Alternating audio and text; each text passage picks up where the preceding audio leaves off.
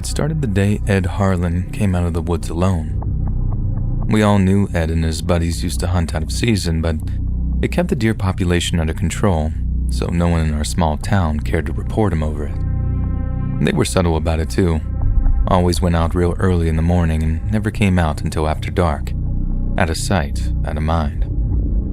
So when Ed came walking down Main Street in broad daylight, still dressed in his hunting gear with his rifle over his shoulder, everyone stopped and stared. He didn't say a word to anyone. He just walked right into Abe Halsey's little juke joint on the corner of Washington and Main, set his rifle down on the bar, and ordered a bottle of whiskey. Abe was nervous, but he never was one to refuse a customer. Not long after, our town's sheriff calmly pulled up a stool next to him and asked if he was okay. But Ed wasn't okay. In fact, Ed was never okay again. He had big dark circles around his eyes, and he was pale too, like he hadn't eaten in days. His hands shook as he brought the bottle to his lips, the fingers stained with dark patches of dried blood. "Where are your buddies, Ed?" the sheriff asked. Ed leaned over to him, and with a sour stench of whiskey on his breath, he whispered, "The woods took them." Ed was arrested, suspected of murdering his hunting buddies during some kind of psychotic break. Word was, the sheriff wasn't expecting to find any bodies, not out in the vast pine-barren wilderness where bears and coyotes would pick their bones clean before the week's end. The scandal rocked our one-stop light Arkansas town. One road in, one road out. The rest was just trees. Worst it ever got around there was the occasional DUI or domestic dispute. But there we were, a straight-up triple homicide, and folks were justifiably horrified by it. Ed was normally so warm and friendly too. Sure, he flouted the odd hunting restriction, but he was a good man, a family man. How he could do such an awful thing to his own friends, it had to be a terrible misunderstanding or accident, maybe even some kind of animal attack. But people in small towns talk, and rarely is their gossip good-natured. There were whispers of Ed's drinking habits, of the temper he hid behind his kindly smile. Those woods could be a dark place sometimes. Maybe that darkness just got the better of him one day. The next day, the sheriff went out into the woods with a handful of deputies and some cadaver dogs, hoping to find some clue to the fate of the missing hunters. 3 trucks full of men with bloodhounds, shotguns, and enough dip to keep them wired for days set off at dawn, intending to make the most of the daylight. They were waved off from Main Street like heroes. The widows wanted their men back, even if it was just to put them to rest. A few hours later, I was working the lunch rush at a local diner when I heard screeching tires from the street outside. The search party had returned early and with bad news. The bodies had not been found. The sheriff batted away questions from journalists and anxious townsfolk alike, explaining that he'd be in touch with his superiors over at the county and that they'd send additional deputies down to provide assistance. He was trying to act calm, but we could see it in his face. He was scared. We were told to go about our business as usual, but I could see the way some of the search party was acting. They'd seen something out there, in the woods, and it terrified them. When I asked my dad if we should leave town until things blew over, he scoffed at the idea. It was my final year of high school, he said, one of the most important of my education. Whatever happened out in the woods was a terrible tragedy, but we couldn't just pack up and leave. People had bills to pay, families to provide for. Mom agreed, saying those that had left town already were overreacting. Besides, there was a suspect in custody. It's not like anyone was still out there, creeping among the trees and waiting to claim another victim. I fell asleep that night with her reassurances in my ear. Mom was always so rational, so comforting, in the way that only moms seem to be. As I dozed off, I told myself that she was right, that things would get back to normal soon enough. But they didn't. They got much, much worse. The next morning, Bill Howard, whose pig farm was just a few miles down the road, was spotted driving his old pickup into town. He was a doer, a solitary man who rarely found time for social calls. He was only ever spotted during his monthly trips to the town's general store to pick up groceries. So naturally, people took notice when he brought his truck to a stop outside of the sheriff's office. They said he looked distraught, but it took until noon for the news to reach us. Something had slaughtered his hogs, every single one of them. It was no animal attack either. There was no missing flesh or teeth marks on any of the corpses. Instead, each and every pig's head had been torn from their bodies before being stacked into a pile just outside their pens, a pile that was almost twice as tall as Bill Howard. On top of that, it all happened while Bill was asleep. Normally, so much as a raccoon went near those pig pens at night, his hogs would start squealing something fierce and wake him up. But old Bill didn't hear a thing, not so much as a whimper. Just wakes up one morning to find all his hogs had had their heads torn off. And I mean torn off, not cut. When the news about Bill Howard's hogs got around, even more people started to leave town. Not a whole lot, but you started to notice the odd family loading suitcases into the trunks of their cars, telling the kids that they're going on an impromptu vacation. Not that you could blame them. This feeling of unease seemed to hang over the community, a sense that things could only get worse before they got better. Dad just rolled his eyes and shook his head at them, but I remember my mom had this look about her, one I'd seen on the faces of more and more of friends and neighbors. "Are you kidding me, Jackie? You too with this crap now?" That night, my parents were still arguing as I climbed into bed, but beneath that anger, there was something deeper at work.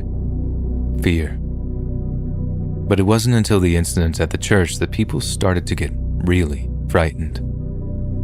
Pastor Mike had been the town's spiritual leader for almost 3 decades. He was a pillar of the community, present at almost all our family gatherings, both celebratory and sorrowful. He'd preached the Bible to 3 generations of our sleepy little town and knew us all by our virtues. But he also knew us by our sins. He knew every adulterer, every batterer, every problem gambler. Pastor Mike held all our darkest secrets right in the palm of his hand. Yet he'd never seen anything that shook his faith quite as hard as what he saw that morning when he walked into church. Mike walked into the main hall to find that the large white cross which stood at the head of the congregation had been utterly desecrated. It was almost completely wrapped in a web of dried roots, scratched to oblivion, and the face of Christ had been completely chipped away. In its place was a small wad of clay that had strange eldritch symbols carved into the soft brown surface. Tangled in the roots that clung to the cross were a collection of small bones, yet it was unclear which animal they had come from. He and some of his congregation spent the remainder of the day cleaning up and praying aloud together in an attempt to sanctify the place. They sang hymns, taking turns to speak passionately about the cleaning power of Christ, while a new cross was erected in place of the old one. It was an attempt to keep the townsfolk calm, but it was far too late for that, and the exodus had begun in earnest. Only this time it wasn't just trunks being loaded with suitcases full of summer clothes. It was windows being boarded up. It was frightened housewives bulk buying canned goods from the already half-depleted grocery stores. It was "Looters will be shot" signs being hammered into front lawns. All in all, about 1/3 of the town's population just packed up and left. "Bunch of superstitious rubes," my dad sneered. "Whoever messed with the church is just some punk with an overactive imagination. While this town still has a sheriff and this house still has a shotgun in it, we're not going anywhere." So, we didn't. And we paid for it. A few days later, my parents and I were sat at our kitchen table having dinner together. The mood in the house had become increasingly tense as the days passed. Mom and Dad had been arguing a lot more, so neither of them talked as I pushed the last of my green beans around the plate. It was a perfect silence, one that made the sound of the gunshot from our neighbor's yard all the more dreadful. "Upstairs, everyone now!" my dad yelled, following us up to take a small .38 revolver from a Digilock safe. "Steve, don't!" Mom begged him not to go back downstairs, but he did. He said he had to. They were some of the most terrifying few minutes of my life, hiding up in a locked bedroom, not knowing if my dad was ever going to come back. It took a full 15 minutes or so before we finally got the all clear, and I've never been so relieved to hear his voice. We went downstairs to see my dad talking with one of the neighbors. The neighbor had tears in his eyes as he told us how their toddler had been playing with their 4-year-old Labrador in the backyard when the dog began to growl. He watched in absolute horror as the thing began to twitch and shake, making sounds they'd never heard before, noises no dog should ever make. My neighbor had already grabbed his shotgun by the time the dog had lunged for his kid, and that they'd cried something awful while they dug a grave for the thing in the backyard. But when he spoke next, the look of sadness left his eyes and was replaced by something different.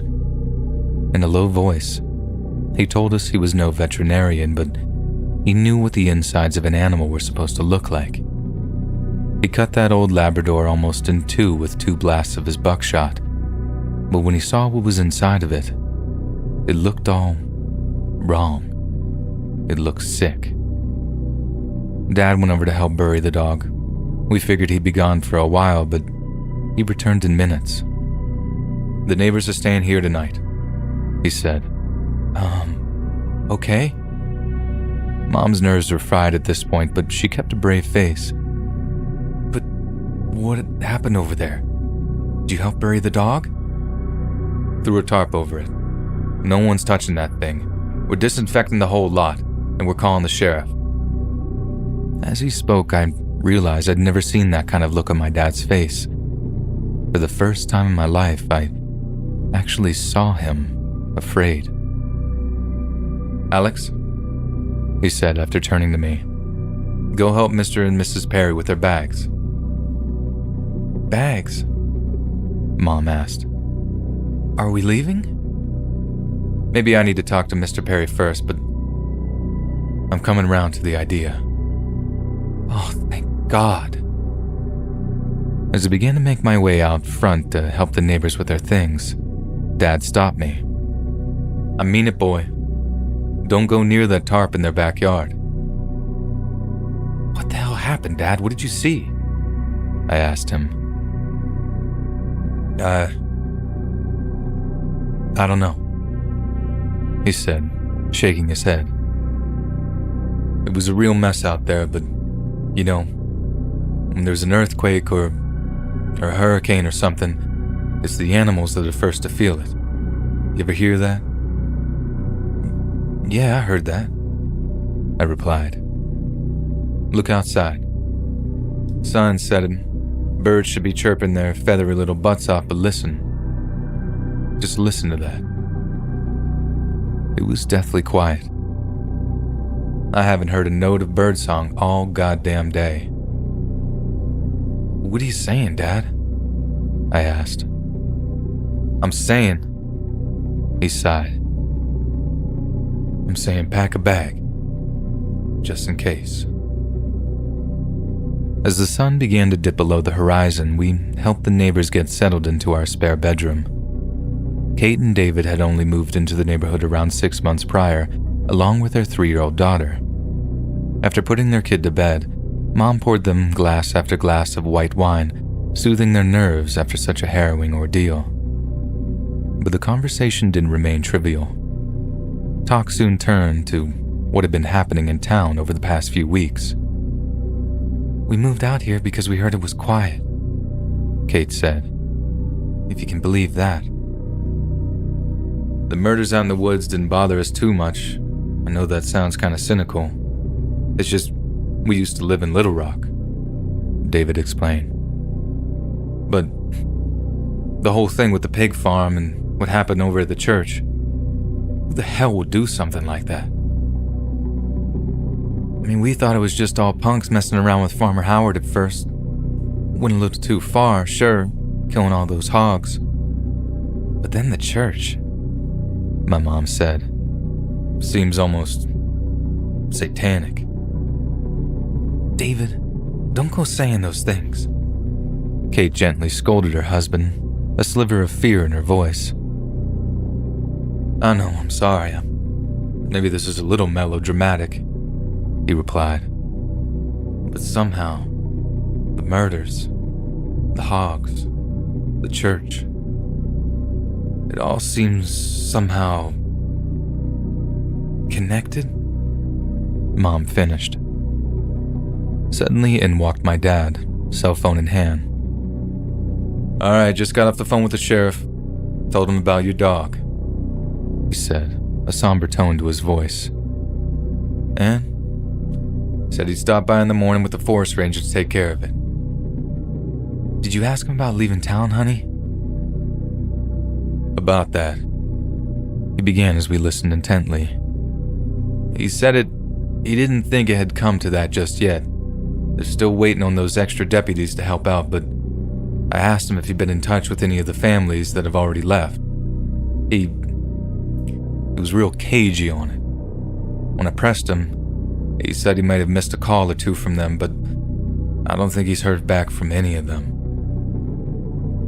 As Mom tried to contact some of the families that had already left, our neighbor announced he was going to retrieve his shotgun from his abandoned home. Disconnected? What in the world? Mom looked confused. She held out her phone for us to see, but I could already hear the faint beeping of a dead number. Guys, you should come hear this," the neighbor called out anxiously from the open front door to our house. We got up from my seat, joining him at the open threshold, but as I did, I began hearing this low, scratchy, whining sound. My ears prick up, trying to work out just what the sound is and where it's coming from. Discordant, groaning, scraping sounds coming from the woods behind our houses. It was the sound of some ragged old bow being dragged across rusty, tuneless strings. It was the sound of a violin. "What in the world?" "Get in the house," Dad murmured. "But Dad, get back in the goddamn house, Alex," he growled. "Right now." We were already filing back indoors by the time he had his revolver drawn, pointing it into the darkness as we headed back to safety. For hours and hours, the violin kept droning on. The mothers and children, myself included, made our way upstairs to try to get some rest, while the men stayed downstairs in the TV room, their firearms within arm's reach. But as much as we tried, sleep was almost impossible. No matter what, we could all still seem to hear that wretched screeching echoing through the trees outside. Yet somehow, some way, I must have drifted off to sleep, because the next thing I remember was my dad shaking me awake. Alex, wake up!" Through tired, fuzzy eyes, I could see bright, red light spilling into the room. "Don't make a sound, but you gotta get up from me, buddy." I sat up with a jolt, throwing on my chucks before following Dad downstairs. "Where the hell is that red light coming from?" He thrust something at me before I could finish. It was the wooden bat I'd played Little League with. "Take this." But why?" I asked. His reply made my blood run cold. "Something's outside." According to Dad, he and Dave were still keeping watch when the sound of the violin finally stopped. But no sooner than it had, the entire house was bathed in that hideous red glow. That's when they'd heard it, shuffling around in the grass outside, and I heard it too. As the three of us stood there, silent as the grave, we could hear whatever it was out there creeping around the edge of the house. Slowly but surely, it lumbered its way around to the front yard. "Do we say something?" David frantically whispered. "No, stay quiet," Dad hissed in reply. With shaking hands, the men traced the movement of the thing outside with barrels of their weapons as it shuffled further and further towards the front door. Then we saw it. Through the frosted glass of a small panel window on the front door, we saw the shape of something hobble into view. "What the hell? Who is that?" I remember saying out loud. Dave? Dad hissed. Rack the shotgun. What? Rack the goddamn shotgun! Loud! The neighbor did so, the satisfying mechanical chick-chuck, like a roar in the horrid sanguine glow. We're locked and loaded in here, Dad barked, aiming his revolver at the door frame. Now get off my property before somebody gets hurt. On the other side of the door, the shape appeared to cock its head. Alex, call the sheriff, Dad said, trying to sound as calm as possible. I pulled my phone out, hammering 911 into the touchscreen. The line was busy. I hung up and tried again. Still busy. Dad, I can't get through. Try mine, he said, tossing me the phone from his pocket. It's got his cell. I frantically searched the phone's contacts before finding the number, bringing the handset to my ear as it dialed. The number you have dialed is not in service. Please hang up. Damn it! My hushed curse was all the indication Dad needed. Just try it again, boy. Take your time. I did, but of the looping metallic tone, I heard something that made me about jump out of my skin. Smash. The shape outside was pounding on the door. Oh, God! Our neighbor whimpered, the shotgun trembling in his grip. You break in here and we will shoot you!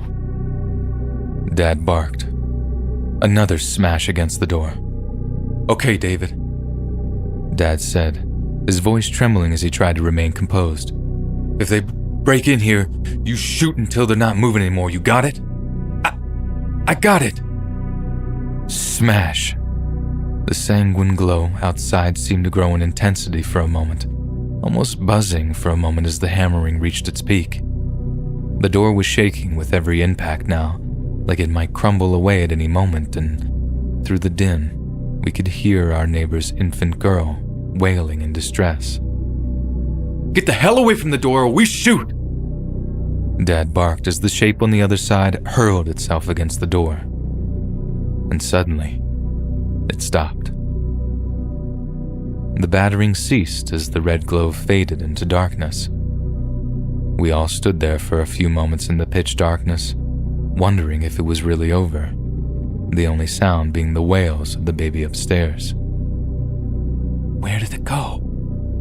The neighbor finally whispered. I don't know, Dad replied. Should we check? No, we're not going out there, Dad said, lowering his weapon. Go see your kid. I'll keep watch down here with the boy.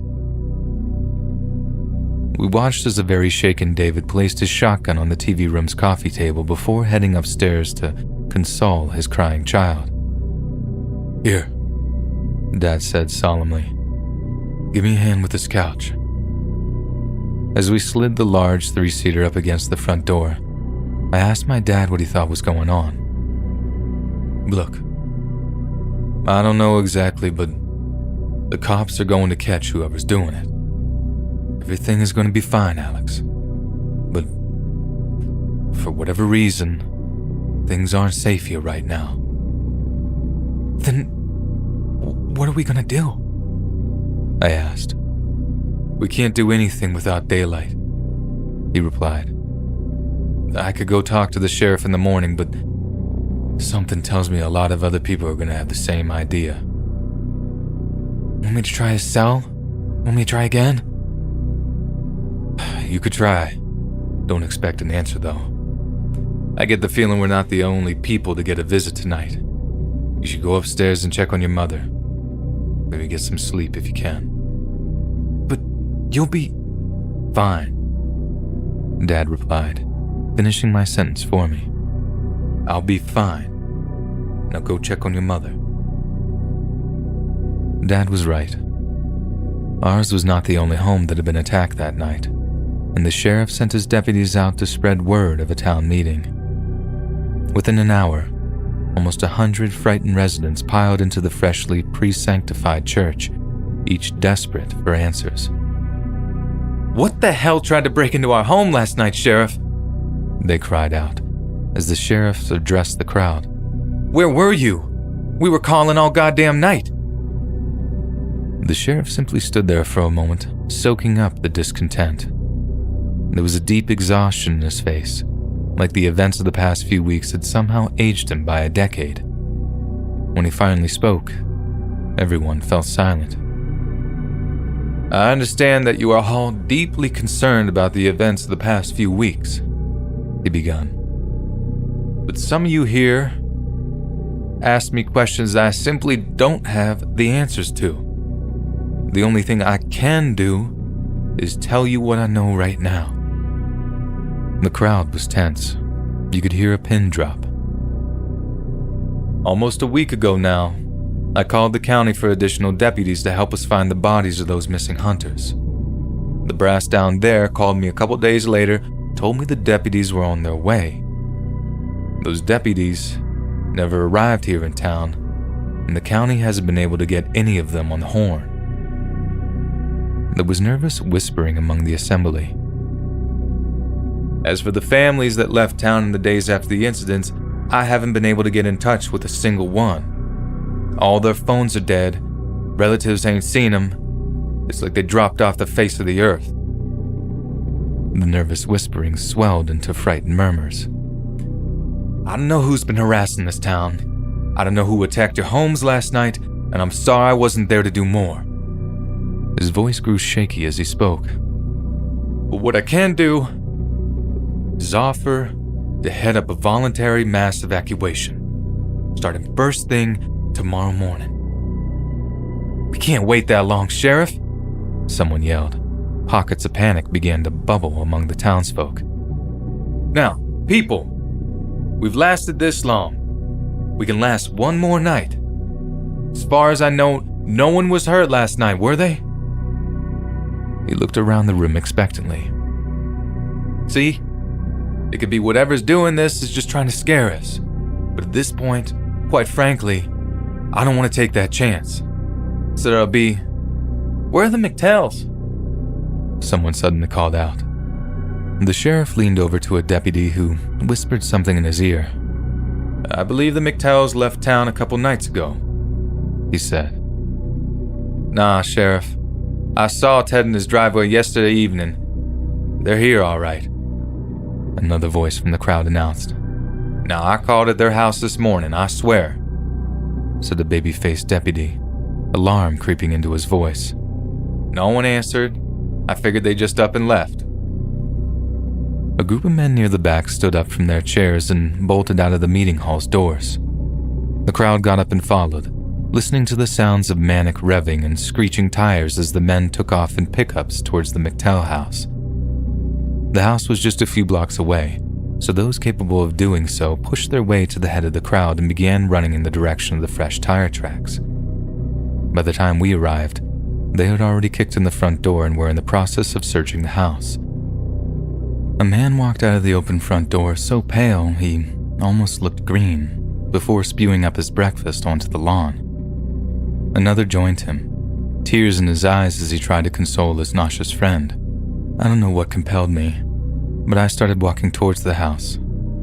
Dad stopped me with a hand on my chest, silently shaking his head. He was looking at something in one of the top windows. You could tell it was a kid's room.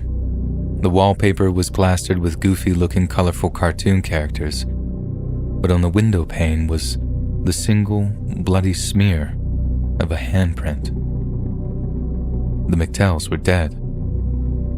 Ted lay dead in the doorway of his child's bedroom, his eyes a milky white.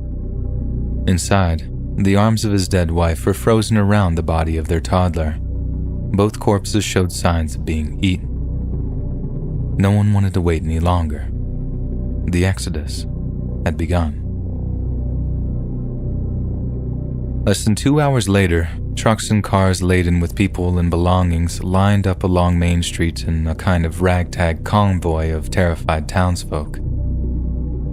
At its head was the sheriff's Escalade, a huddle of armed men gathered around it. Eventually, the sheriff walked up and down the lines of cars, informing people that we'd be waiting a little longer to see if any others showed up. But it was already nearly late in the afternoon by that point. There were only a few hours of daylight left and people were starting to get nervous. Thankfully, we didn't have to wait much longer. The sheriff and his armed escorts let out whistles and shouts, piling into their vehicles and gunning their engines as the convoy finally began to get moving. I remember looking out of our car's window at the place I'd spent the first 19 years of my life in, wondering if I'd ever live to see it again. It was only during the drive out of town that we began to see just how different the woods were. They were hideously overgrown. The bark of the now mammoth trees cracked and warped from the strain of their rapid growth. A thick canopy of leaves and twisted branches had formed, plunging all that passed underneath them into shadow. Mom and I gawped out of the windows, awestruck by the terrifyingly unnatural flora, while Dad struggled to keep his eyes on the road. After a few more miles of smooth driving, the convoy began to slow to a crawl. Tension grew in the car as we waited to discover the cause. In large rough patches, the road had been torn up and rendered impassable. We had to get closer to see exactly why. Roots. Twisting woody tendrils had slowly erupted through the concrete. It was so bad in places that we were forced into a kind of slalom, the convoy swerving back and forth as it slowly edged around each hideous obstacle. But before long, the convoy yet again ground to a halt. "The hell is it this time? Come on, get moving!" Dad growled. But no one moved. Instead, people began to slowly get out of their cars. Reluctantly, we joined them, walking to the sides of the road to get a glimpse of the holdup. And what we saw terrified us. A long line of cars, just like ours, was lined up at something that, at first, made me think I was going crazy. It wasn't just roots that had eaten up the road. It was entire trees. Huge, fully grown trees had sprouted up through the tarmac, completely blocking our path. But that's not what scared me. That's not what had the other townsfolk crying and crossing themselves. It was the cars. They all belonged to people that had tried to leave town in the weeks before, and they were all abandoned. Jesus Christ. What happened to them? "Keep calm, people," the sheriff's voice echoed down the line. "We're gonna find ourselves a way through this." I watched one of the armed escorts produce a chainsaw from the back of his truck, the small, tinny engine growling as he started it up. Other men produced a variety of axes, knives, and hatchets, all before joining in the attempt to clear the road. No one asked how those trees could have sprouted up so quickly, or how a road that was clear just a few days ago was now completely impassable. Because the answer was that it was impossible. What was happening was impossible. "Oh my God, look!" Mom opened her mouth, pointing off towards the side of the road. She was looking at the base of one of the huge gnarled pine trees that towered above us. There, a black, festering fungus shimmered in the dim light. It was like nothing I had ever seen before, and it was moving. Consumed with morbid curiosity, my eyes were transfixed on the grotesque fungus. I didn't see when a man behind us hit the tarmac. There was a startled cry from the man's wife before bystanders rushed to his aid. As they kneeled around him, calling out his name, blood began to pool beneath his head. Something had fractured the back of his skull. Then, we saw them. They tore through the trees either side of us, ashen bodies with horns sprouting through matted hair, howling as they charged. Anyone with a firearm immediately opened up when the gray horde stampeding towards us. But they were fast, and they were many. In an instant, they were on us. Clawed limbs punctured organs, while teeth, black from rot, ripped away flesh from bone. People began to panic, jumping back into their cars trying to escape. But it was no good. The way back was blocked by other vehicles. Cars and trucks smashed into each other, crushing the bodies of the dead and dying alike. I distinctively remember the man with the chainsaw using it to slice into the torso of one of the beasts, a spray of red mist thrown up from the open wound.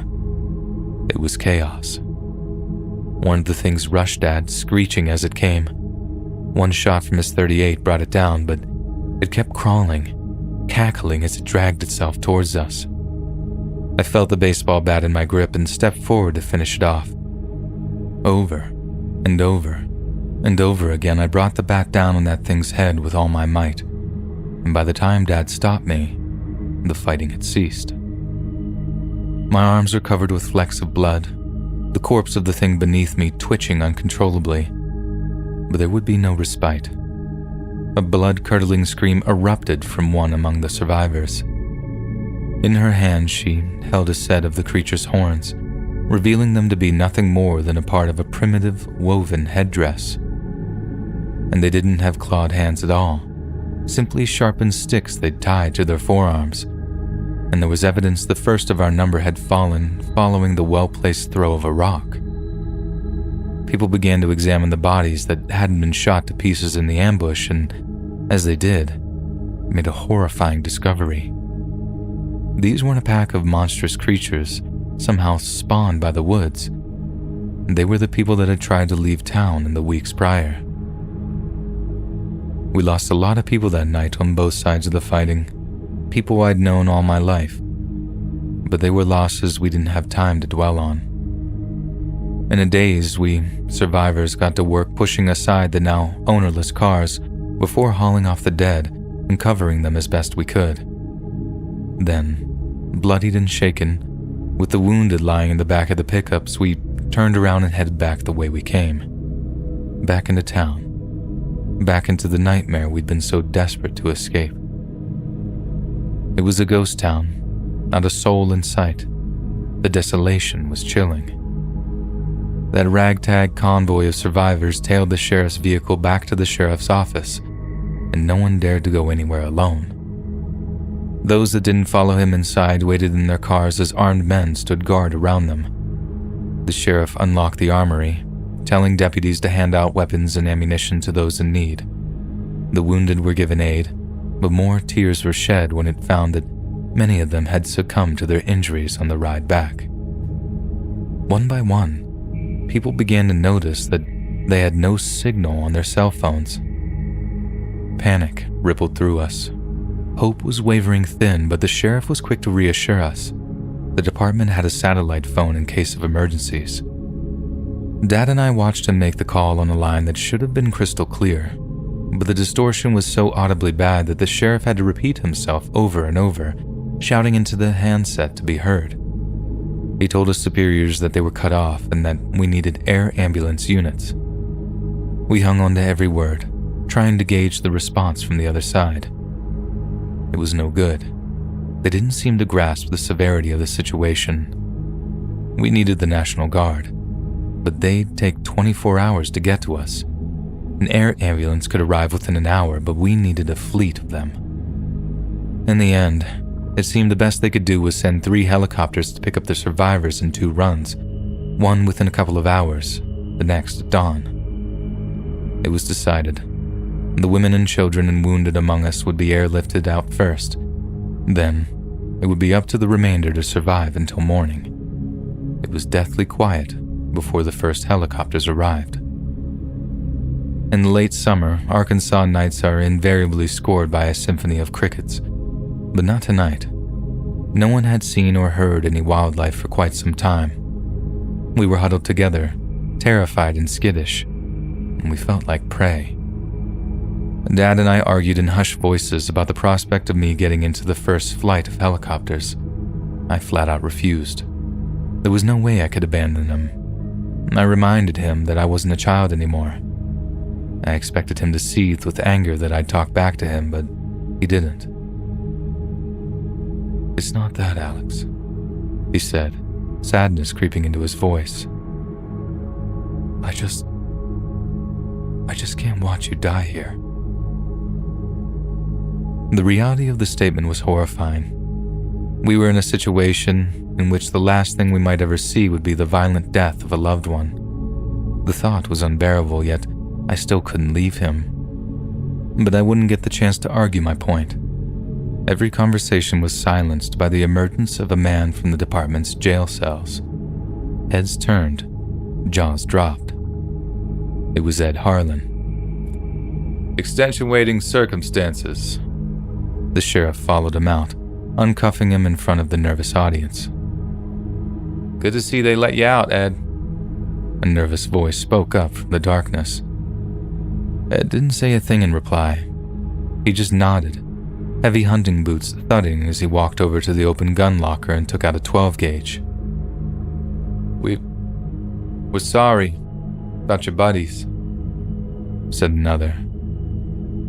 He stopped racking shells into the shotgun for a moment and looked at the man, and we could all see that there was just nothing behind his eyes, like a piece of his soul had been left out in the woods the day he walked back into town. Without a word, he walked outside onto the concrete steps of the sheriff's department, stopping only to take a pack of cigarettes from a man's shirt pocket. There, he lit one up, starting out into the darkness, the loaded 12-gauge on his shoulder. We didn't hear a single word out of Ed's lips for the rest of the night, even when the first helicopters began to arrive. "They're here! Thank God they're here!" someone cried as the muffled thudding of distant rotor blades became audible. We rushed outside into the darkness, seeing the distant helicopter's lights blinking red and white in the night sky. One of the sheriff's deputies fired off a flare gun at the corner of a nearby intersection, illuminating the potential landing area with a warm orange glow. The chopper's downdraft kicked up dust and debris as they took turns landing at the intersection. We helped load up the wounded. Screaming can be heard over the cacophony of rotor blades. Men hugged their wives and children, some shedding tears, the uncertainty of their separation being too much to bear. No one knew when or if we'd see each other again. Then as quickly as they'd arrived, they were gone. We watched as they ferried the most vulnerable of us to safety, their blinking lights growing smaller and smaller until they disappeared entirely. There were just 11 of us then, and less than a dozen compared to the hundreds of people that had occupied the town just a week before. And as my eyes flickered between the fear-carved faces of those that remained, something terrible occurred to me. The attack on the convoy was preceded by the roaring of chainsaws and the clacking of axes splitting wood.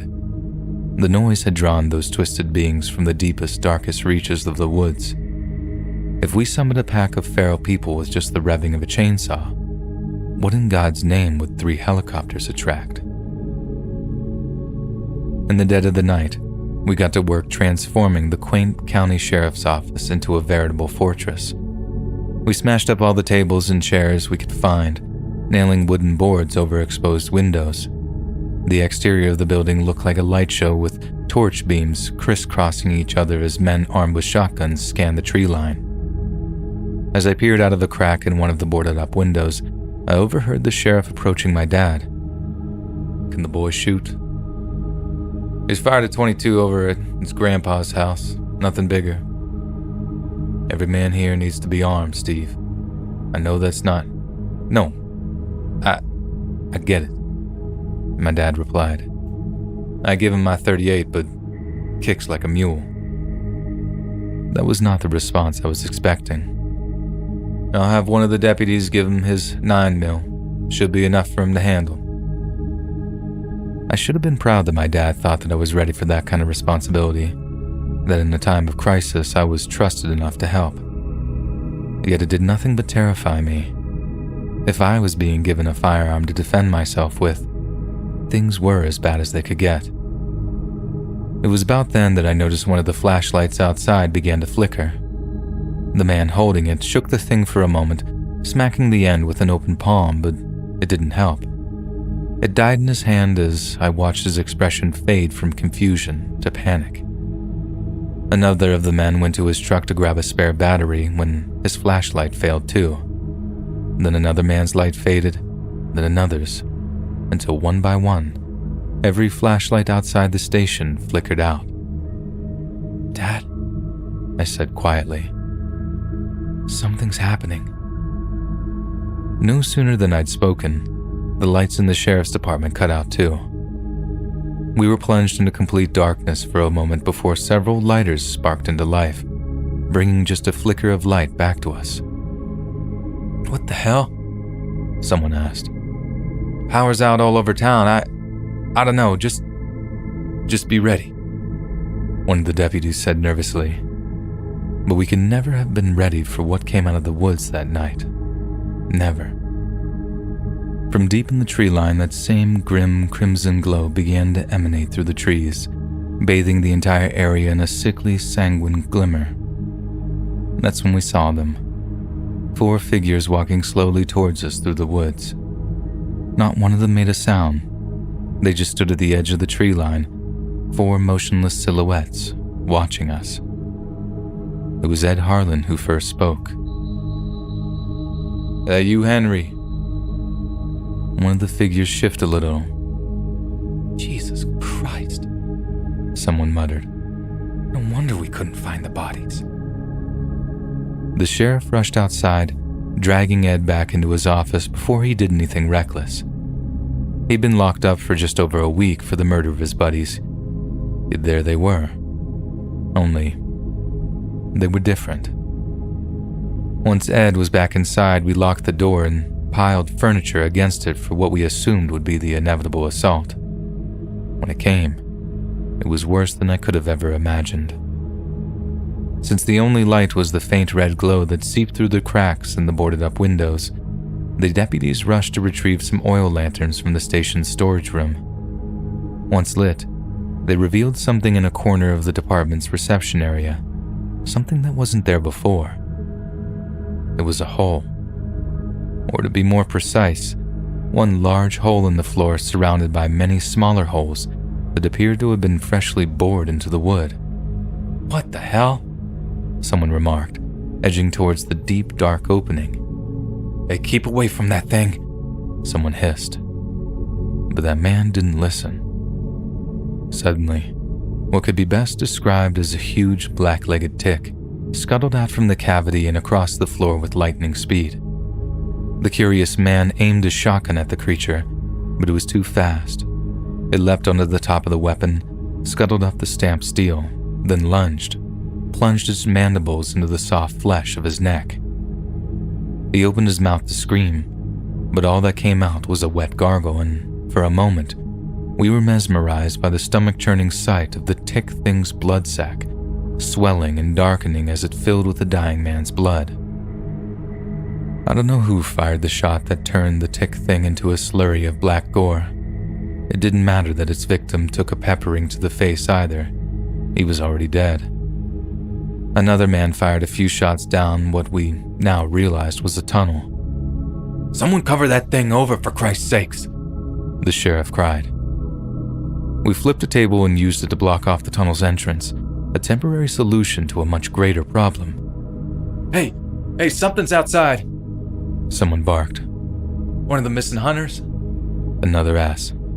"Nah, ain't like what attacked the cars either. This thing's fast.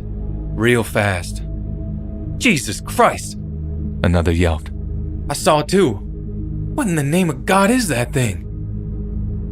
The next thing I know, the screech of heavy furniture raking against a hard floor echoed around the room. There were terrified screams as we prepared to face the terrible new threat, only to find it was Ed Harlan making the noise. He was removing the barricade and unlocking the front door. "Hey, Ed! What the hell do you think you're doing?" Ed remained silent. He just closed the door behind him and disappeared. "Goddamn coward!" We rushed to replace the barricade, fearing the thing outside might come crashing through the sudden weak spot in our defenses. But it didn't. Whatever was out there didn't even make an attempt. Ed's flight might just have been the distraction we needed, but our luck didn't last. Minutes later, something smashed into one of the boarded-up windows to the rear of the sheriff's office. One of the men struck the barrel of his shotgun through the newly smashed gap in the barricade, firing off a few shells before a howl of pain could be heard from outside. Then, a deep thumping sound on the roof of the office made us freeze. Something heavy, something huge, was moving around up there. I felt the goosebumps on my skin as a deep silence settled over us for the first few moments, waiting for the thing to move again. What came next was an explosion of masonry and wood splinters as the roof came crashing down around us.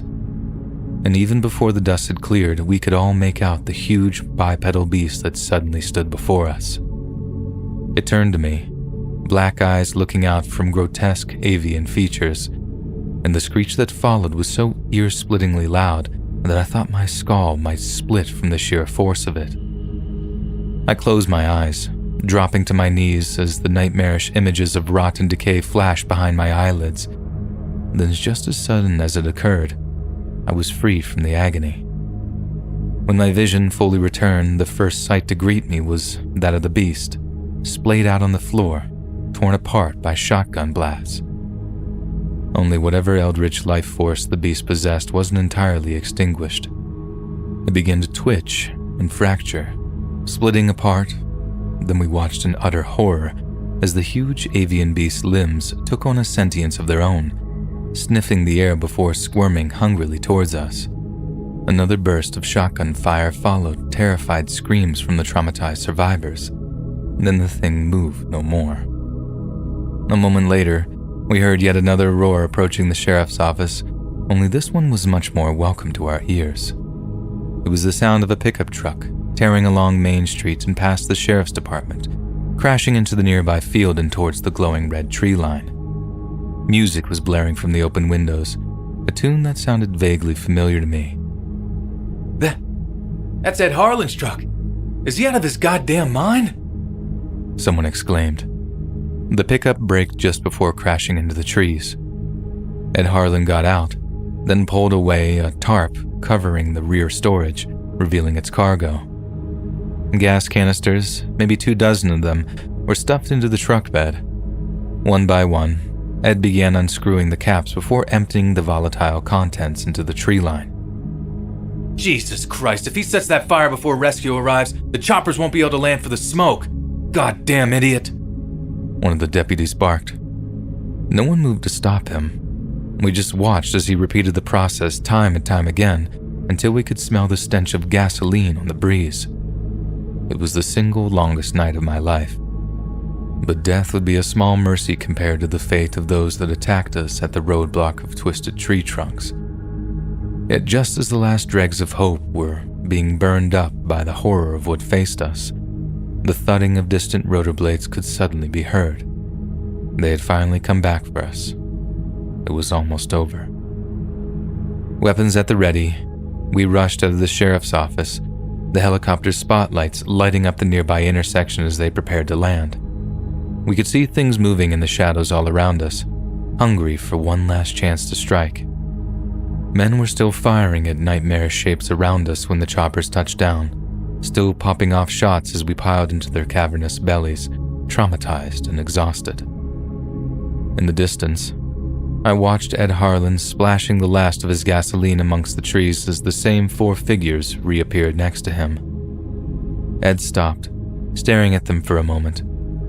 Then, as the helicopter I was on took off and rose up into the night sky, the woods below me burst into flames. As a huge fireball rose up among the treetops, the flames spread with terrifying speed, engulfing Ed Harlan and his 4 missing hunting buddies. The conflagration swallowed up the dry foliage, spilling through the pines until it scorched and ignited some of the buildings on the edge of town. Tree after tree was consumed by the inferno, and as we watched them burn, I swear I could hear the woods scream. Tears streaked my solemn stare as I watched everything I've ever known turn to ashes before my eyes. And it was only then that I realized what song was blaring from the stereo system of Ed's battered old pickup truck. It was an old Hank Williams tune. I'll gas up my hot rod stoker. We'll get hotter than a poker. You'll be broke, but I'll be broker. Tonight we're setting the woods on fire.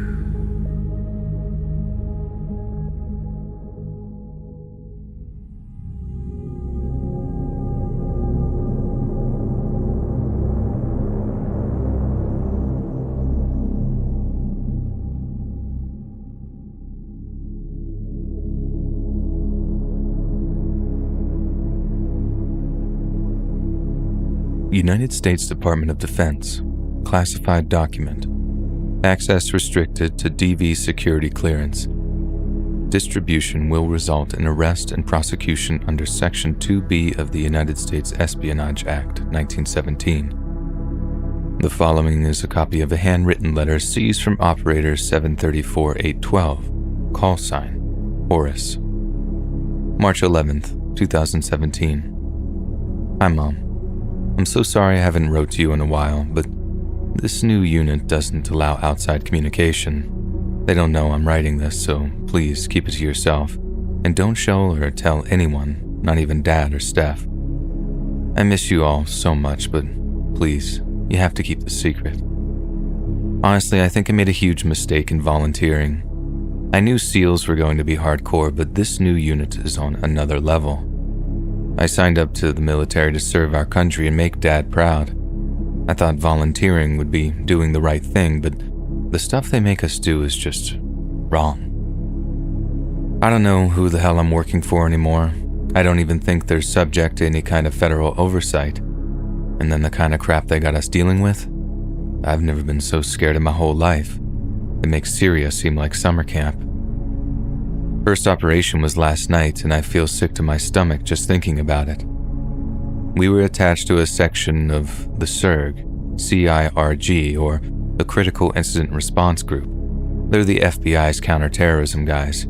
Think SWAT, but with more expensive toys. But instead of going in with our own uniforms and patches, we were given a bunch of their stuff to wear, then told to say that we were part of counter-IED team out of San Francisco. They were so nice to us, Mom, treated us like their brothers, and what we did to them was just... it was evil. They kind of figured something was off when they saw we had a helmet and weapon cameras attached to our gear. They had all the recording equipment taken away from them prior to the operation, but like many of us, they didn't openly question it. Ours not to reason why, ours but to do and die, one of them said. Told us it was from a poem, but I don't know which one. The CIRG guys thought that we were there to handle any explosive materials found on site, but in reality, our orders were to observe and contain. I didn't really know what this meant at first. The only other thing we were told is that anyone declared hostile was to be immediately eliminated. I thought that might mean any bad guys we found at the scene, but Mom, we were the bad guys. I don't know exactly where the op took place. All I know is that we flew out of SeaTac up in Washington, then landed near some old cabin in the sticks. The CIRG team was waiting for us there, and not long after we landed, we moved on the cabin. The cordon around it was almost half a mile in every direction, and I figured this was to fool the CIRG guys into thinking there were some legit explosives on site. But now I know that cordon was there for a damn good reason. They didn't want anyone else to get infected by what was inside. I don't know exactly how they guaranteed we wouldn't be infected. I think there was something inside our helmet lining that kept it out, but whatever it was, the counterterrorism guys didn't have it, and I know that was on purpose. We figured almost right away that no one was living there. There were no signs of habitation whatsoever. But they still had us clearing the place like there could be bad guys around every corner. We were ordered to take it nice and slow, like old school, methodical room clearing, kind of like back in SEAL training. But that wasn't because command wanted to minimize casualties. They wanted the CIRG guys in the cabin for as long as it took for it to infect one of them. At first, the place looked like any other cabin in the woods. Open plan stove and cooking area, bunks in one room, butcher's table and meat grinder in another. All looked totally normal. But then it came to clearing the root cellar, and that's when things got real scary. Whoever dug the place out had it pretty spacious, but there were no storage spaces whatsoever. Everything was bare except for a few supports to keep it from collapsing, everything except the cellar floor. Someone had laid down some partial wooden flooring in the shape of a big triangle. It was thick too, jammed down into the dirt so tight that it looked like someone had dug it out instead of fixing it into the earth somehow. Only when we got closer did we start to see all the symbols on it. It was a real piece of work, like someone must have spent days, maybe even weeks, carving all that stuff into it. I'd never seen anything like it before, not even in the language school we got sent to for about a month to be able to recognize Arabic and Cyrillic and all those other kinds of letters. One of the Sir guys said it looked like something a crazy person would make, no rhyme or reason to it at all. But to me it looked deliberate, very deliberate, like someone had taken painstaking steps to ensure each one was perfect. Then, for the first time since we landed, me and the other operator heard the voice of our commanding officer speaking into our earpieces. He told us to focus our weapon cams on the triangle and to not move them away until we were told. We had to stand there for a good few minutes before we got new orders to back into the corners of the cellar, facing the Sir guys. They, on the other hand, were told to just stand by to await further orders. We could hear everything they could, but they couldn't hear everything we could.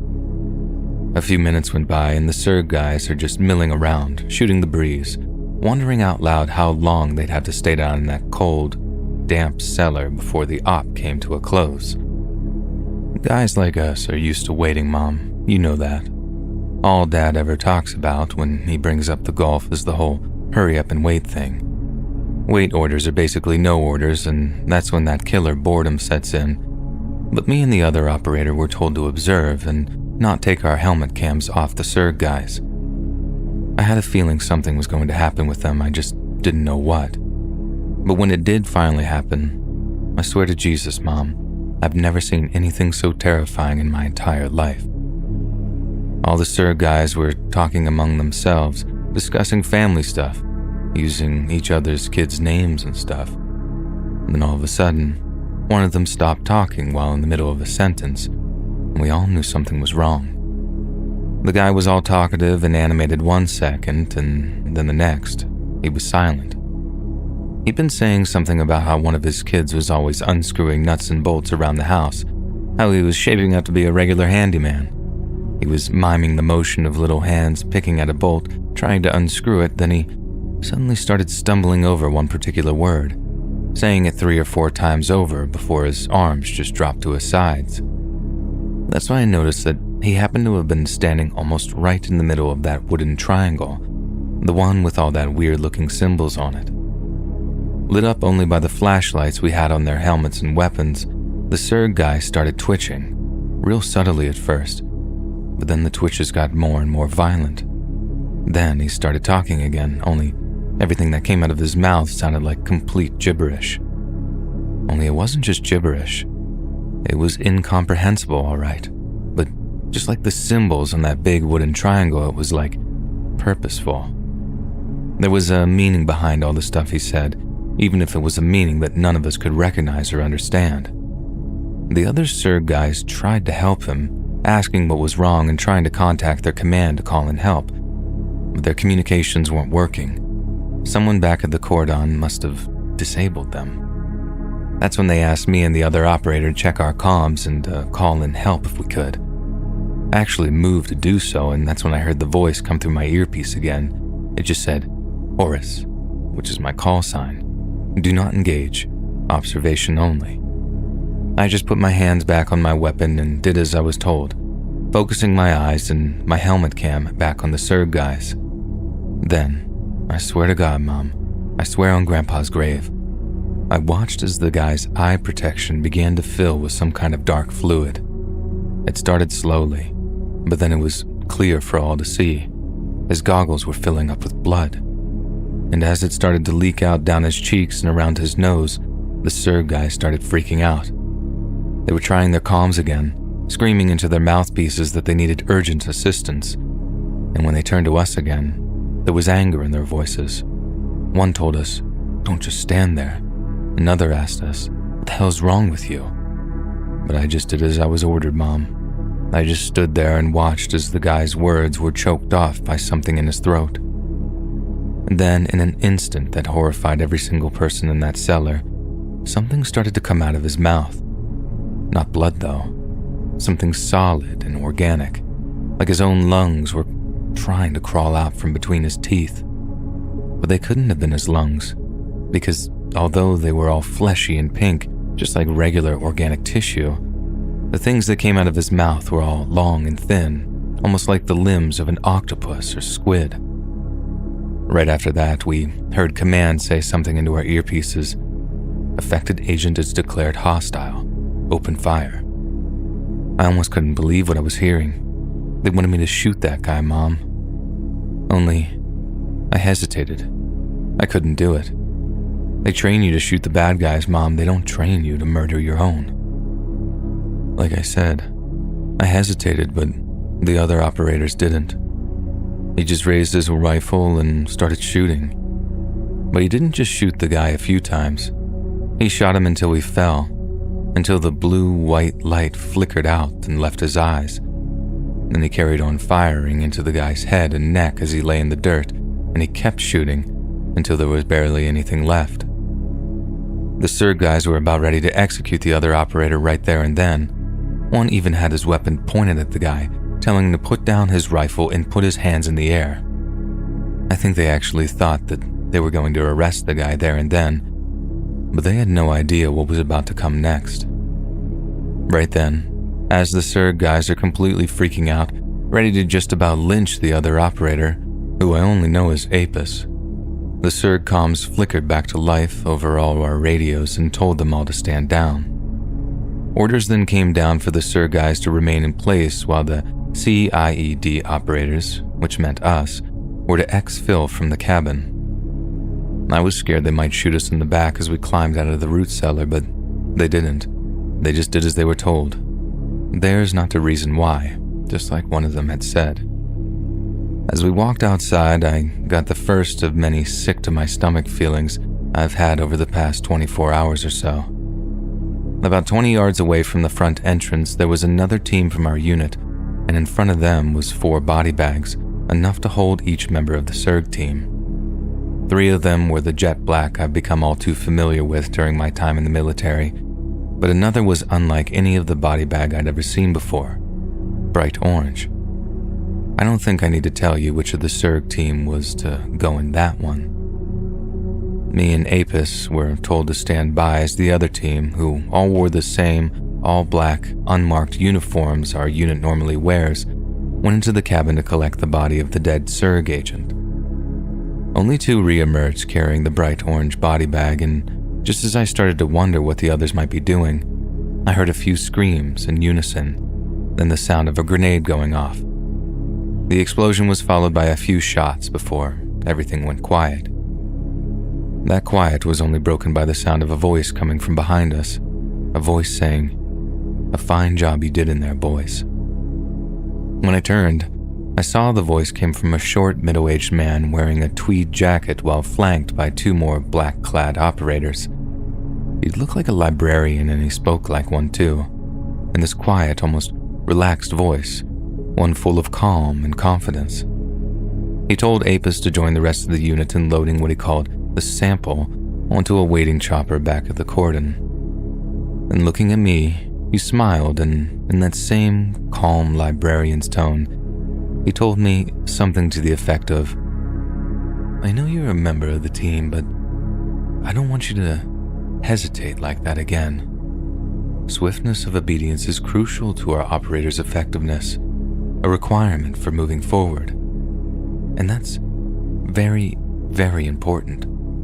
Because for you, there is no going back now." They don't allow us to read any news from outside here, Mom, but I can imagine what the headline said.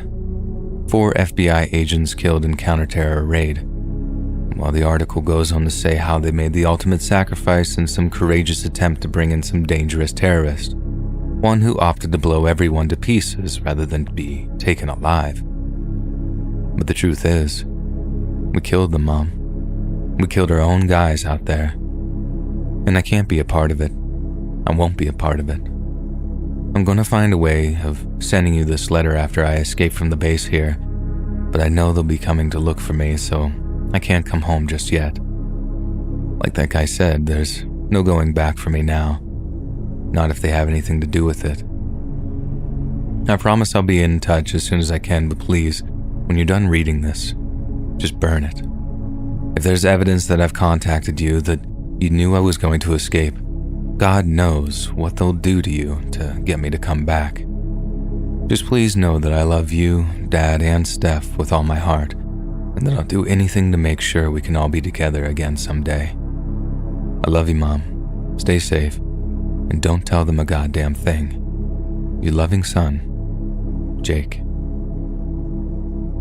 Operator 734-812 was apprehended not far from the Foundation facility following his attempted desertion on the night of March 18, 2017. He has since been terminated, with false records of mental health conditions being planted in his U.S. Navy psych history.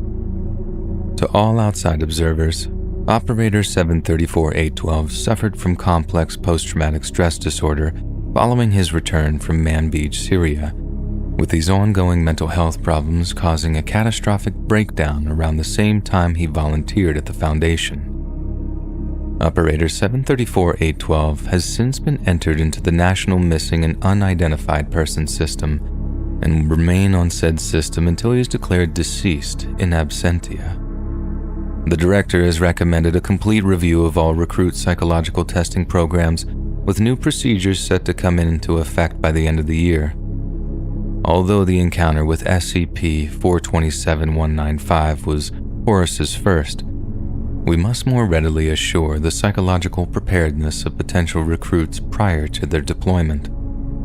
The clandestine integrity of the Foundation is to be maintained at all times. We must ensure that no other incidents of this nature are allowed to take place. Assistant Director, Acre, 002-696.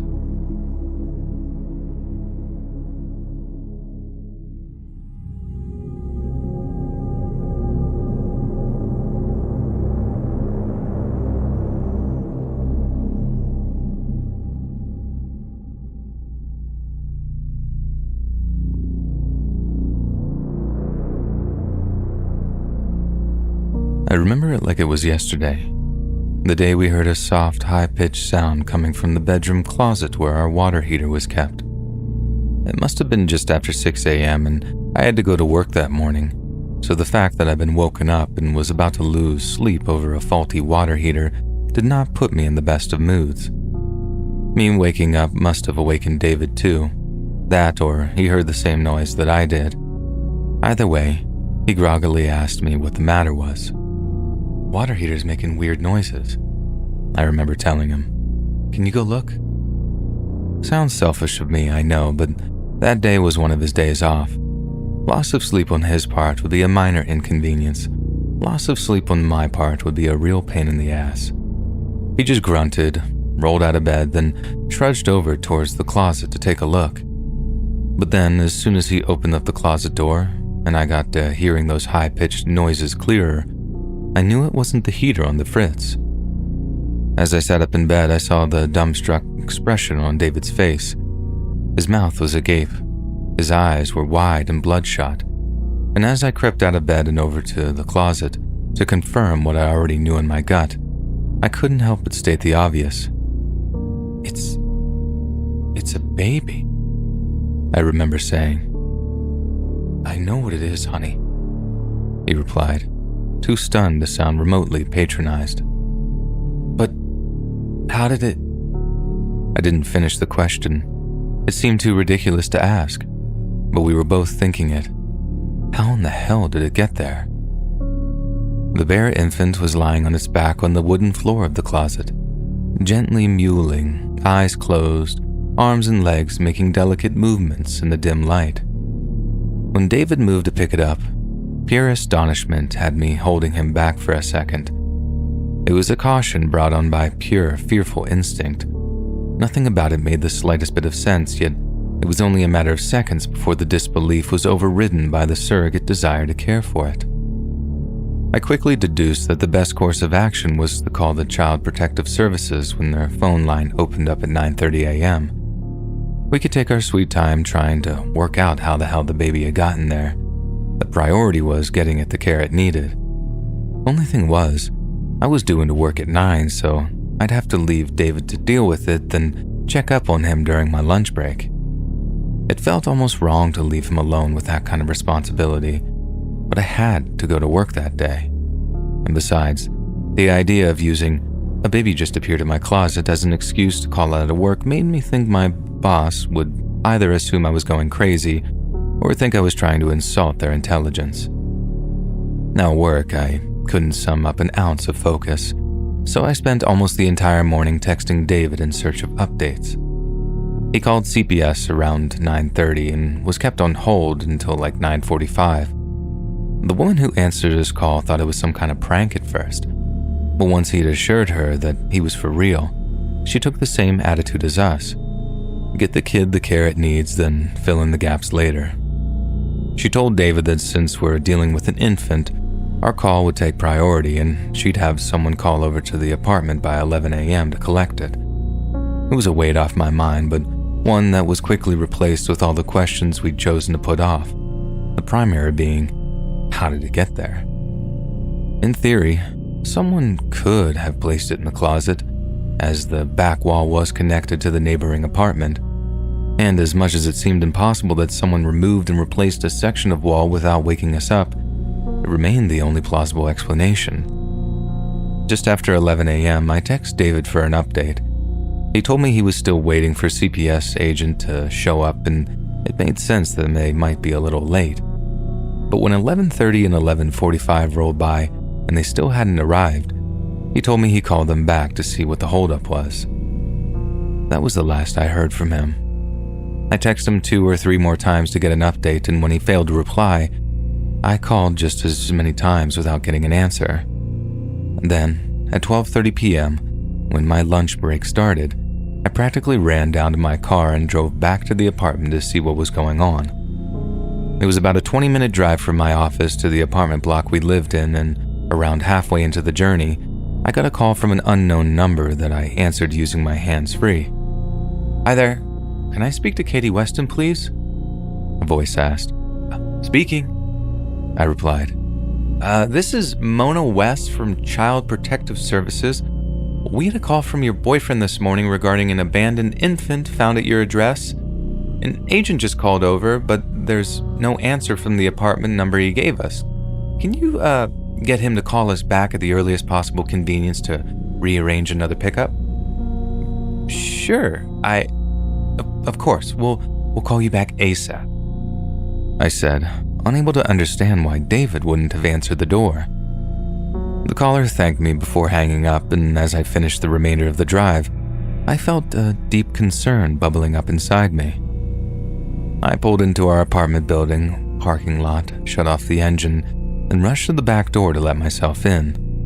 I climbed the stairs, walked down the corridor to our apartment, then, as I slid my key into the lock and opened up the door, I called out David's name. There was no reply. I couldn't imagine where he had taken the poor little thing, but my best guess, the one that had that concern reaching boiling point, was that he had taken it to the ER for some reason. I'd like to be able to tell you that walking into our living room answered my questions, how the sight that greeted me helped make sense of what was going on, but in reality, what I saw horrified me beyond all comprehension. Lying on the carpet, in the middle of the wooden floor, was a dead body, barely recognizable as human. The clothes it once wore had been torn to blood-soaked rags, and huge chunks of flesh were missing from just about everywhere you can imagine.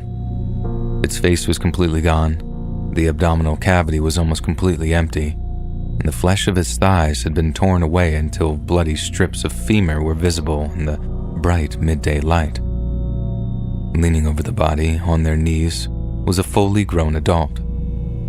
They were completely naked, covered in blood, and they were in the process of reaching down to tear off hunks of raw skin and muscle with their bare teeth. They were completely bald, lacking any eyebrows or body hair, and as they looked up at me, half-chewed lumps of meat tumbled out of their mouth and down onto the gore-soaked carpet. That's when I saw the bloody naked person that kneeled in front of me had David's face. It had his face. I recognized that in an instant, but it most certainly wasn't him. He never would have spoke to me that way that thing did, because The only word out of its mouth was an infantile, hopeful, "Mama?" I was frozen in place for a few seconds, unable to move, unable to scream. It was like all the electrical signals in my body had just shut off for a moment, and no matter how hard my brain screamed for me to run, I just couldn't. The thing with David's face simply stared back at me, a sickeningly warm smile curling the corner of its half-open mouth as bloody drool began to pour off of its chin. It was only when it began to stand that my modal abilities returned to me, and in a blind panic, I bolted out of the apartment, down the stairs, and back out to my car. When my 911 call reached an operator, I knew I couldn't tell them what appeared to have happened. Instead, I just focused on what would actually make sense to them, telling the operator that there had been a murder at my apartment, that the killer was still there, and how I needed the cops to show up as soon as they were able. Then right in the middle of them taking my details, the call seemed to cut off entirely. For a second or two, there was nothing but dead air on the line. Then when it reconnected, the voice I heard was distorted, different, practically robotic. "Remain in your vehicle. When officers arrive, you will identify yourself, then await further instruction. Thank you for your cooperation." I knew something was wrong as soon as I'd heard that droning, robotic voice. I never heard anything like that during a 911 call before, but I was in no fit state to question anything. Whatever was going on up in my apartment was way beyond my control, and if someone, somewhere, had decided it was beyond the police's control too, then so be it. Within minutes, a large sliding door police van was screeching into the parking lot of my apartment building. As much as the officers that piled out of the center door looked like a SWAT team, there was nothing on their uniforms to denote it. As soon as they arrived, I got out of my car, walked over to them, and identifying myself just as I'd been instructed. Without a word, one of them took me by the arm and began forcefully dragging me over towards the van. I asked them what the hell they were doing, told them I wasn't a criminal, and that the murderer was up in my apartment. They didn't seem to listen or care, and just before they seated me in the van, they tied my wrists with a pair of black riot cuffs before blindfolding me. Not only that, but they put what I assumed were a pair of noise-canceling earmuffs on my head. If it had been any other kind of situation, I'd have kicked up much more of a stink. But given all the things that I'd just seen and heard, I had absolutely no mental capacity to anything but comply. Then as I felt the van begin to shift and tilt with movement, and I realized I was being driven somewhere, I began to shake and I began to weep. I still couldn't make sense of everything I'd seen, and although the thing in my apartment was wearing his face, I knew in my heart that David was dead. I'm not sure how long we drove for. It probably felt much longer than it actually was. But when I felt the vibrations of the van's engine finally cease, I was led deaf and blind for a prolonged period of time before being sat down in a hard plastic chair. When the blindfold and the earmuffs came off, I was sitting in what looked like a police interview room. Everything was gray, from the walls to the furniture to the dull simmer of the one-way glass to the side of me. Sat on the chair opposite was a man who reminded me of a high school history teacher. He wore a tweed jacket and a bow tie, with curly brown hair cresting a heavily receded hairline. When he spoke, his tone of voice was positively relaxing, something I actually welcomed at the time, since it kept me from descending into a full-on panic attack. But there was something behind that fatherly lilt, something threatening that I couldn't put my finger on until the threat was placed directly in front of me. "Hello, Katie," the man said with a warm smile on his face. "My name is Wendell. How you feeling today?" Under the circumstances, the question seemed like a sick joke. I just experienced a waking nightmare and coming face to face with a hellish parody of the man I loved, a man that was now dead. "Where am I?" was all I could think to ask. "Somewhere safe," the man replied, his smile widening to reveal a flash of yellowing teeth. "You're safe now, but I'm afraid I have some bad news for you. Bad news? I asked. But where's David? I'm sorry to be the one to have to tell you this, Katie, the man said, but David passed away this morning. I felt a lump returning my throat, and as my eyes filled with tears, I nodded. I know, I saw that thing. As the words left my lips, a bemused expression came over the man's face. What thing, Katie? The thing in my apartment. It was eating him. My voice strained as visions of the horror I'd witnessed flashed in my mind's eye. Ah, the man said, as he gave me an understanding nod. I think what you're expressing is a rather atypical stress reaction. It's understandable for someone in your position to try to, how do we put this? Reject reality when faced with such an overwhelming tragedy. Reject reality? I asked, indignancy replacing the fear and grief. I'm not rejecting anything. I know what happened. I know what I saw. It was the baby. The baby we found this morning. Katie. The man cut me off, using my name the way a school teacher might chastise a child. You didn't find any baby this morning. This is all just a manifestation of your grief. You're suffering from a mental break right now, but that's something we can help you with. You can help me by catching that thing that murdered my boyfriend. Katie, listen to me. The man talked slowly, as if trying to induce understanding. There was a gas explosion. That's what killed David. Firefighters have been trying to put out the blaze for the last few hours. Nothing killed David. It was just a horrible accident. You're a liar, I screeched. You're lying to me.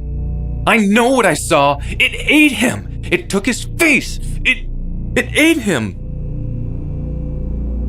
As I looked across the table into the man's eyes, I couldn't tell if he genuinely didn't believe me or if it was all an elaborate act.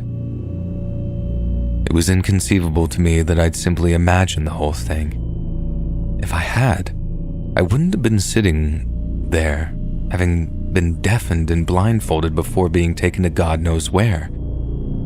And that's when my mind, flooded by a deluge of questions I was unable to contain for another moment. Who the hell are you anyway? I already told you, Katie, the man replied. My name is Wendell. Then who do you work for? I asked. Are you a cop? A doctor? Where the hell am I? Again, you're someplace safe, Katie, and the people I work with only want to help you. But if you insist on repeating your delusions, if you refuse to accept reality, we'll have no choice but to detain you for your own protection. Detain me where? I asked, feeling the lump returning to my throat. Somewhere you won't like. Somewhere that'll be difficult for you to leave. There it was, the threat. And by that point, the choices laid out for me were clear as day. Either I went along with their lie, or they'd declare me insane and lock me up in some goddamn mental asylum. Everything's gonna be okay, Katie, the man continued. You just have to help us. Help you. I understand your employer offers some rather extensive medical insurance, and that should cover the cost of any counseling or medication you might receive. I hear Wellbutrin can work miracles when it comes to grief management. You don't want to help me. My voice trembled as tears rolled down my cheeks. You want me to lie. You want me to peddle some goddamn cover-up, and I can't do it. Katie, the man said, lowering his voice as he leaned over the table. My mother, God rest her soul, used to tell me that we can do anything we want if we put our minds to it. After that, he produced a sheet of paper from a binder that lay next to him. It was a statement, one with a blank, dotted line at the bottom. All you have to do, he said, pointing to the dotted line, is sign here, and the healing process can begin. You're not giving me a choice, are you? I asked. We always have a choice, Katie, the man replied. But right now, yours is between helping David's family or causing them further pain and hardship. Sign that statement, make it official, and the company responsible for the explosion pays them a very handsome settlement. And that's what broke me. David had hardly anything saved, and he definitely had no life insurance. If this family couldn't have the terrible truth, they could at least be fiscally comfortable for the remainder of their lives. I need a pen, I remember saying. And as the man calling himself Wendell reached into the pocket of his tweed jacket, a look of disgusting satisfaction twisted his face. It's been almost 3 years to the day since David passed away. He was the kindest, sweetest, most gentle person I've ever met, and for that reason, I won't lie about his death any longer. I still don't know exactly what killed him, but I know there's something to be gained from a cover-up. A cover-up means it'll happen again, that someone else will be cursed to live through the same nightmare I did, and I wouldn't wish that on anyone, not even my worst enemy. And that's why I'm writing this. People need to know. I don't care if they come for me. I don't care if they make me disappear. If this is out there, if it's copied and shared, if by some miracle it goes viral, they won't be able to hide it any longer. David was murdered by something ugly and unnatural, and unless those people actually caught it and killed it, it could be your closet it shows up in next.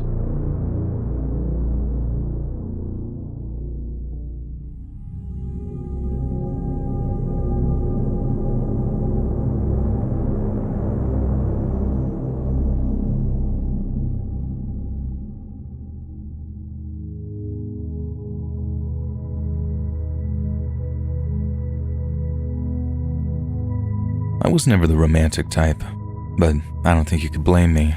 Mom and Dad fought like cats and dogs, going through a messy divorce when my sister and I were still young. I didn't believe in true love. I didn't think there was the one. But that all changed when I met Sophie Norris. I was a city kid. I spent all my time hanging around Boston Common with my buddies before we stuffed our faces with meatball subs up in the North End. She was a country girl. She spent all her time on the family farm out in Iowa, playing in the cornfields and eating lovely home-cooked meals. She was a college student and didn't mind that I was a few years older, nor did she care about my dead-end job unloading ships at the harbor. We just clicked. She was everything I wasn't. She was smart, patient, well-read. She took an interest in the arts. She was beautiful, and the more we dated, the more I found myself catching feelings. By the time summer came around, I couldn't bear to go like 3 months without seeing her, so we arranged for me to drive out to Iowa to visit her and her family on the farm. I was ecstatic. Despite her progressive attitude, she was in many respects a deeply traditional girl, so I knew the key to her heart was winning over her parents, and I was more than prepared to do that. So when the day came, I packed my stuff, loaded up my car, and set off for Iowa. It goes without saying that it was a long drive, 19 hours in total, with an overnight stop in a Detroit motel. It was tedious in the extreme, but the prospect of being reunited with her spurred me on. She had given me an address and rough directions, but getting lost among the miles upon miles of cornfields was way too easy. I couldn't call her to ask her to guide me in. She had warned me that the cell service in her area was spotty. so I drove up and down a stretch of road just south of Emmetsburg until I found someone to ask directions from. They'd never heard of the Norris family farm, but they told me they knew of an old dirt road near a place called Rush Lake. I thanked them, but they warned me it wasn't the kind of place that strangers were welcome. I wasn't about to let that deter me though, so I set off in search of it and eventually found the place they were referring to. I immediately understood what they meant. An old hand-painted wooden sign told trespassers that they would be shot. Yet I drove down the dirt road anyways, telling myself that the rewards far outweighed the risks. After about half a mile of trudging along that old dirt road, I passed through an open wooden gate that led to a big old farmhouse, a cattle shed, and a huge red barn. Frankly, it was amazing that any strangers found themselves wandering onto that place at all. It was tucked away among the corn, a little slice of cloistered heaven, far away from prying eyes. At first, I wasn't sure if I had the right place. Not until I saw Sophie walk out onto the porch of the farmhouse, an expression of delight on her face. She ran up to the car as I climbed out of the driver's seat, beyond excited to hug her for the first time in weeks. Alex, you made it. You actually came, she chirped. Her voice quivered as she fought back tears and fell into my arms. Of course I did. I missed you too much. We broke our embrace just in time for me to see her family congregating on the porch, and they were exactly what I expected from her descriptions of them. Her barrel-chested father, arms folded in his denim dungarees, looked on with a vague suspicion, while her mother smiled warmly at the heartwarming reunion. But I didn't quite expect her brother to be so huge. He was her junior by a number of years, and for some reason the image of him as a young boy had cemented in my mind. To see him now with his frankly colossal stature was rather intimidating. "Come meet with the family," she said, taking me by the hand and eagerly leading me towards the house. It was early on Friday evening when I finally arrived, just in time for dinner, and as Sophie's mom laid out a spread of roasted meat and vegetables, I made my introductions. "Good to finally have you here," Mr. Norris said in a deep, gravelly voice. "We've heard a lot about you." "All good, I hope," I replied nervously. Glowing, but I told her, if something seems too good to be true. "Amos, don't be so rude. This young man's traveled a long way to be here," Mrs. Norris exclaimed before turning to me. "I'm so sorry about my husband. He's a man of many skills, but his socials are sorely lacking." "I get it, ma'am. He's just protective of his daughter." "You see, Mona, the boy gets it," he said before turning back to me. Sophie said you were a smart one, but how is it that someone so smart didn't end up going to college?" "Victim of circumstance, I suppose. Family finances weren't great." I remained polite, but the question hit a nerve. "I guess I wanted to learn the value of hard work before I tried higher education. Something that you obviously know all too well. You must have worked your butt off to be able to afford her college fees." It was a compliment engineered to make Mr. Norris smile with pride, but nothing registered on his face. Sophie didn't have any loans and wanted for nothing. I had a huge amount of respect for her father long before I'd ever met him. "So, Mr. Norris, do you sell produce directly to the supermarkets, or are there like distributors or something?" I asked. Sophie's mom and dad shot each other a look before her dad cleared his throat apprehensively. We're not a selling farm, son," he began. "We're purely subsistence out here. Let's just say I've been lucky with a few investments I made over the years, but enough small talk. Finish your food and I'll show you around. You got a lot of work to help me with tomorrow." I really did try to finish what was on my plate. I was half-starved from the day's-long drive, but there was something about the way the meat tasted, something slightly bitter and nauseating about it. I've never been a fan of liver, and I suppose that's what it was. Being a subsistence farm, there was a good chance that they ate every single part of the animals they slaughtered. But God help me if I offended them in the first hours of meeting them. so I ate as much as I could stomach, then made out like I was full. There was only one reason why I found myself just slightly hesitant to visit Sophie on her family's farm. That was the fact that, as she had explicitly told me, her father would expect anyone willing to date or marry his daughter of being capable of working on the farm. In her words, a good farmhand showed diligence and fortitude, things that she too hoped to find in a potential partner, let alone what her father would expect of them. I considered myself a hard worker, and working down at the harbor could be physically grueling on occasion, but I knew it would pale in comparison to the kind of things that Mr. Norris would have me doing.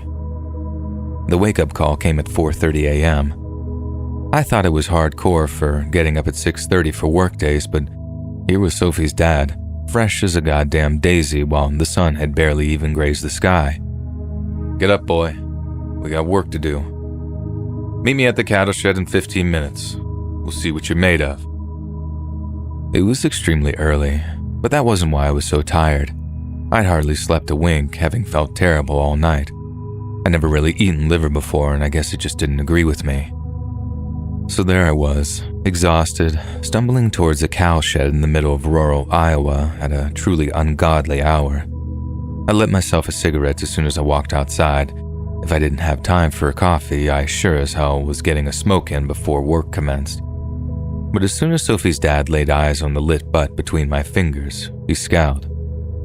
You know, Sophie didn't mention you were a smoker. Yeah, I'm trying to quit. She keeps pushing me to give up.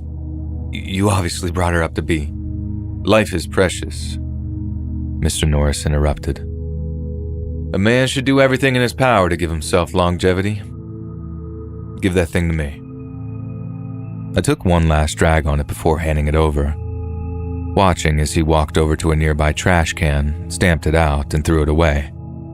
Now don't smoke that crap on my farm again, boy. He struck me as the kind of man who could be very warm when he wanted to be, but in that moment, the look in his eyes struck the fear of God into me. Ever milk a cow before? He said after a long and uncomfortable silence. No, sir. Well, you're gonna learn today. As he led me into the cattle shed, the first thing that struck me was the smell. Thanks to an 8th grade field trip, I'd been around farm animals before, but I'd never smelled anything so awful in my entire life.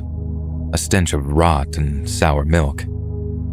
Mr. Norris set up a stool near one of the cows, then proceeded to roll up his shirt sleeves. He told me to watch carefully, and for a few moments I did, but my eyes were quickly drawn elsewhere. I'd never seen a cow as sickly as that, ever. She was skeletal. Her eyes were a milky white around the pupils.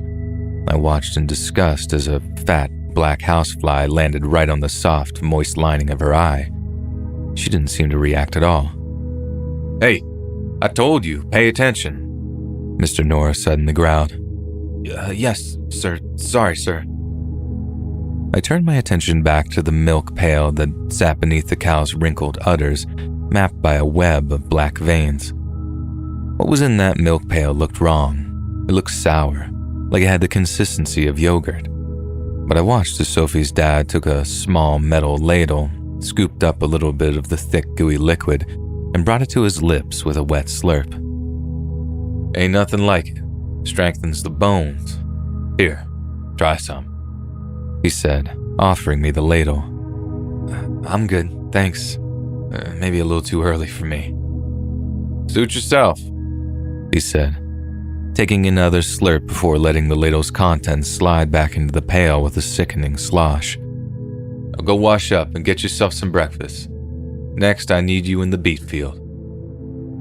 Back at the farmhouse, I found Sophie and her mom preparing breakfast as I sat down at the kitchen table with her older brother. How you doing, big guy? You sleep well? I said to him. He gave me a cold stare, not saying a word in reply. Don't mind him, Sophie's mom chimed in. He's a quiet one, always has been. Strong, silent type, I said. I like it. I turned back to him, but there was nothing behind his eyes. I raised a hand to give him a gentle wave, but he didn't move, just stayed stone still as he waited for his breakfast. Sophie put down a plate of scrambled eggs in front of me, but I found them just as unpalatable as last night's meal. I tried to fill up with the toast that stacked up on the table, but even that stuff I had to force down. Yet, what I found deeply disconcerting was that Sophie and her brothers seemed to relish their meals, like they couldn't taste anything amiss with them at all. And it's not that Sophie didn't know good food. We had spent a lot of time in some of the finest restaurants in all of New England, probably in the entire country, and she was quite the connoisseur. I was barely finished eating before Sophie's dad poked his head into the kitchen. "All right, enough rest. Beet field. 5 minutes." I cleared my plate, apologizing to Sophie's mom that my appetite must have just been off, then trudged out to the beet field to meet her dad. "This one should be easy, even for a city boy like you," he said, kneeling among rows of neatly planted greenery. "You gotta get a good firm grip on the leaves here, right at the stem, then twist as you pull them out of the ground, see?" He demonstrated his technique and then left me to get on with the work. Basket in hand, I kneeled down into the dirt, pulled up beets just like he'd shown me. I was exhausted, barely paying attention to what I was doing, until pulling one particular beet left a stain in my hand. I had to double check to make sure that I hadn't accidentally cut myself on something. The texture and the color wasn't like anything I'd ever seen from a beetroot, even down to how sticky it felt when I rubbed the juice between my fingers. "What are you staring at, boy?" Mr. Norris scared the hell out of me, having crept up from God knows where. Are these things meant to leak like this?" "Sometimes, when they're fresh, sure. But the color? Best goddamn beets in the entire country. Not like that crap you find in your goddamn super duper marts. I mean, I suppose." "Enough talk," he said, picking up the full basket of beets before placing another empty one down next to me. "You're going to pick another basketful, and then you're going to come help me with the corn." He turned and walked away, muttering something under his breath as he did so. I picked my way along another row of the beets, trying to keep my mind off of how peculiar they seemed. But as he was so quick to remind me I was just a city kid, out here where I didn't belong, working on something I was totally unfamiliar with. So who was I to question the quality of their produce? I just kept my mind on Sophie and carried on with the task at hand. Around noon, I met Mr. Norris in the cornfield. "You did all right with those beets. Now let's see with the corn." Again, he demonstrated the proper technique for tearing off the ears, tossing them in a basket before leaving me to it. It was considerably easier than pulling beets, the repetitive motion of which had left a dull ache in my shoulder. But just like the beets, I noticed something rather strange about this produce too. The husk that coated the corn itself felt like old dry skin, the kind that forms on a cut or graze after it's scabbed over. But that wasn't what freaked me out. What had the hairs rising on the back of my neck was that I noticed something dark and black on one of the corn husks in a very familiar shape. It appeared to be faded black ink in the shape of a heart, one that looked like an old tattoo. Just then, I heard a rustling in the cornfield behind me. "Mr. Norris? Is that you?" I called out, but there was no reply. I turned, staring into the vast green ocean of tall green stalks before me. I took a few steps forward, trying to get a glimpse of whatever just made the noise, and felt my heart thump when I heard the same rustling, this time accompanied by a swaying among the tops of nearby corn stalks. Someone or something was definitely in there, just feet away from me, just out of sight.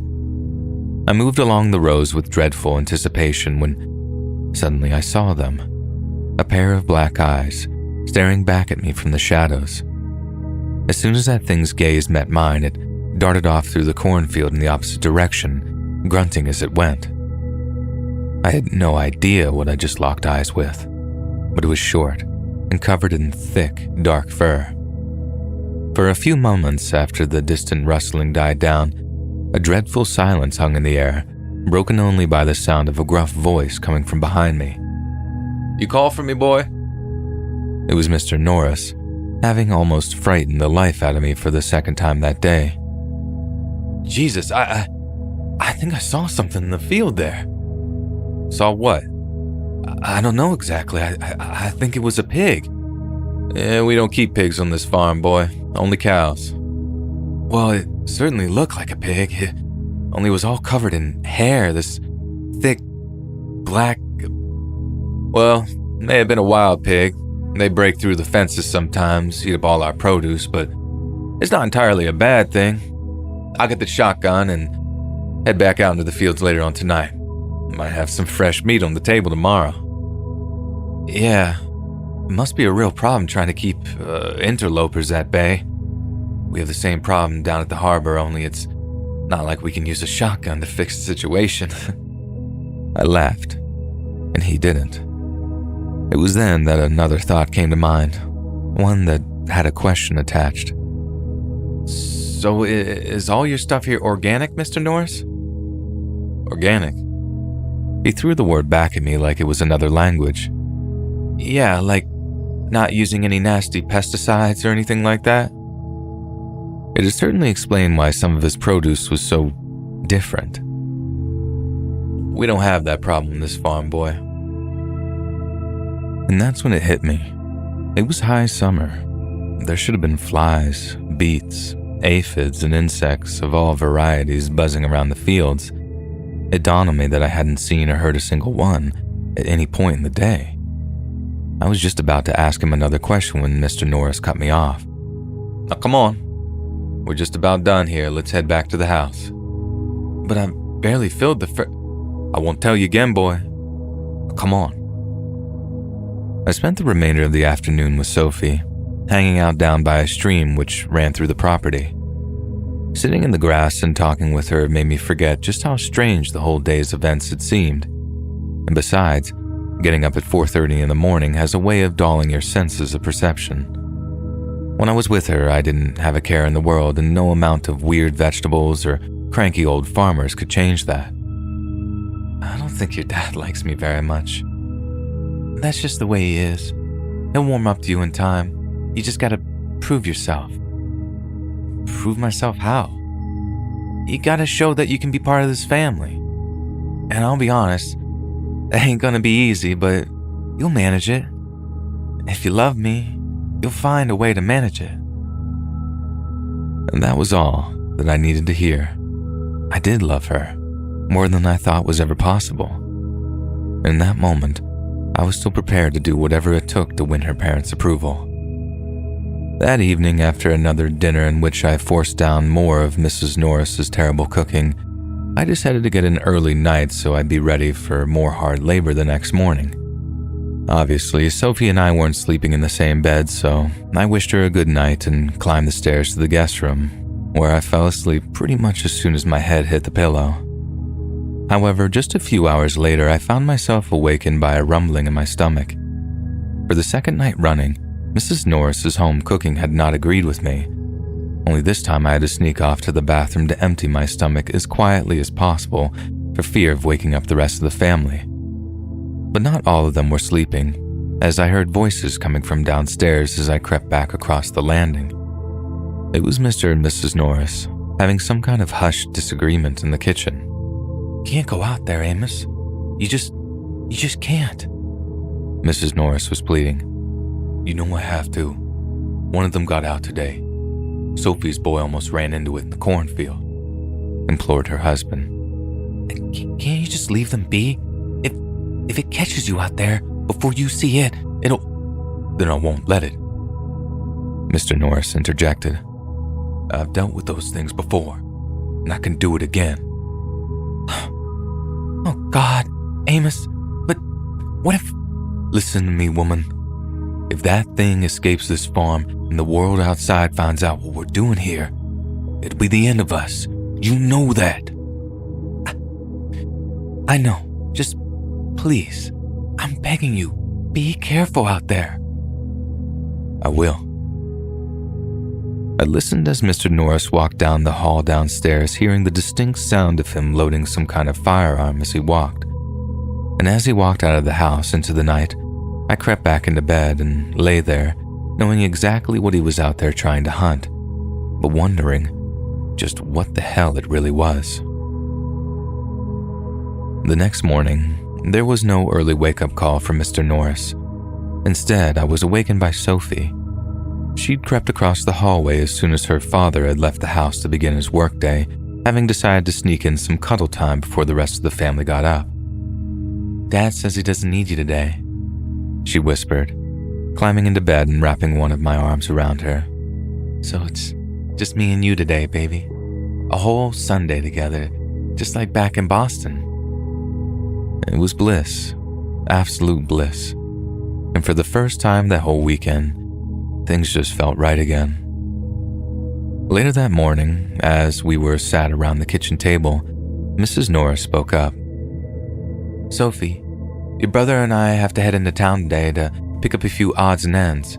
Can you and Alex here be trusted to be alone around the house?" "Is Dad not going with you?" He isn't, but he's got business to attend to around the farm, some repairs and what have you. He might not be back until later this afternoon." "Oh, okay, I mean, sure. Me and Alex will keep this place spick and span for you guys. Don't worry." "Good.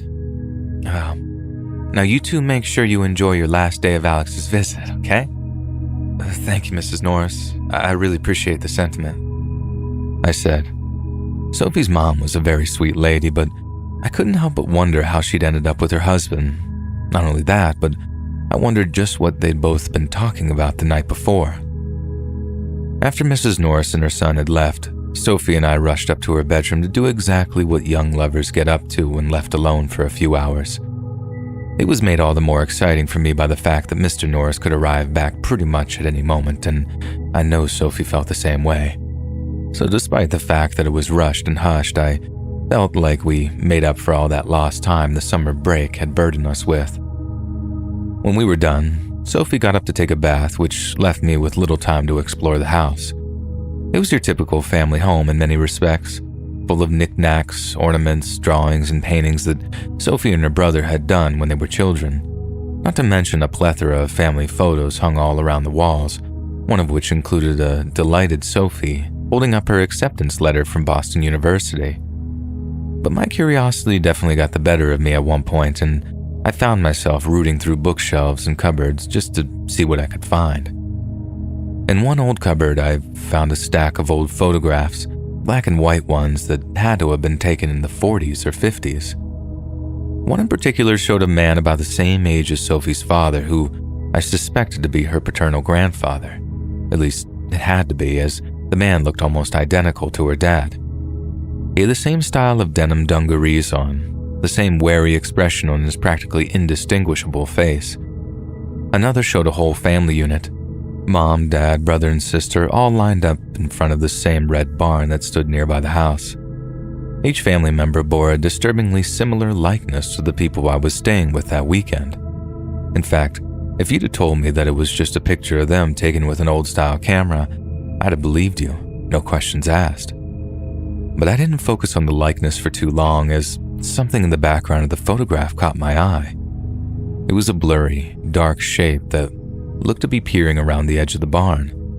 But given the poor quality of the photograph, there was no way for me to distinguish exactly what it was. Now suitably weirded out, I put the photos away and continued my exploration of the house. I found myself exploring the kitchen area, admiring some of the older, more antiquated food preparation devices that were obviously still in use. I thought about how much my mom would freak if she saw some of this stuff. She loved anything rustic like that and always used to tell me how it reminded her of her childhood in rural Massachusetts. I made my way into the family's pantry, admiring some of the hand-labeled cans of vegetables that obviously contained products from the farm itself. Sure, I found their way of living to be a little strange, but there was still something deeply charming about it, even if it was adversely alien to what I was accustomed to back home. But at the back of one of the cupboards there, I found something that made my jaw drop. It was a large burlap sack, full of coins. I'm not talking small denominations. These were huge and appeared to be solid silver. Not silver dollars either. I mean, they would have been strange, but at least explainable. These things looked like they were huge chunks of solid silver. A little side note here, an uncle of mine owned a pawn shop in Charleston for most of his life, and he would often bore us to tears with stories of people who tried to rip him off with frauds of fakes. But I remembered the detail of one particular story where he told me and my cousin that you could always tell that something was genuine silver by the markings on it. Silver dealers would often stamp silver with a particular numbers which indicated the percentage of fine silver in the piece. A stamp of 900 or 800 means the piece is 90% or 80% silver and is often called coin silver, or, in other words, not totally pure. But the hunks of metal in that burlap sack had no markings on them whatsoever, which I found very suspicious. My uncle also bored us with a foolproof technique of testing whether or not silver was genuine, what he called the ice test.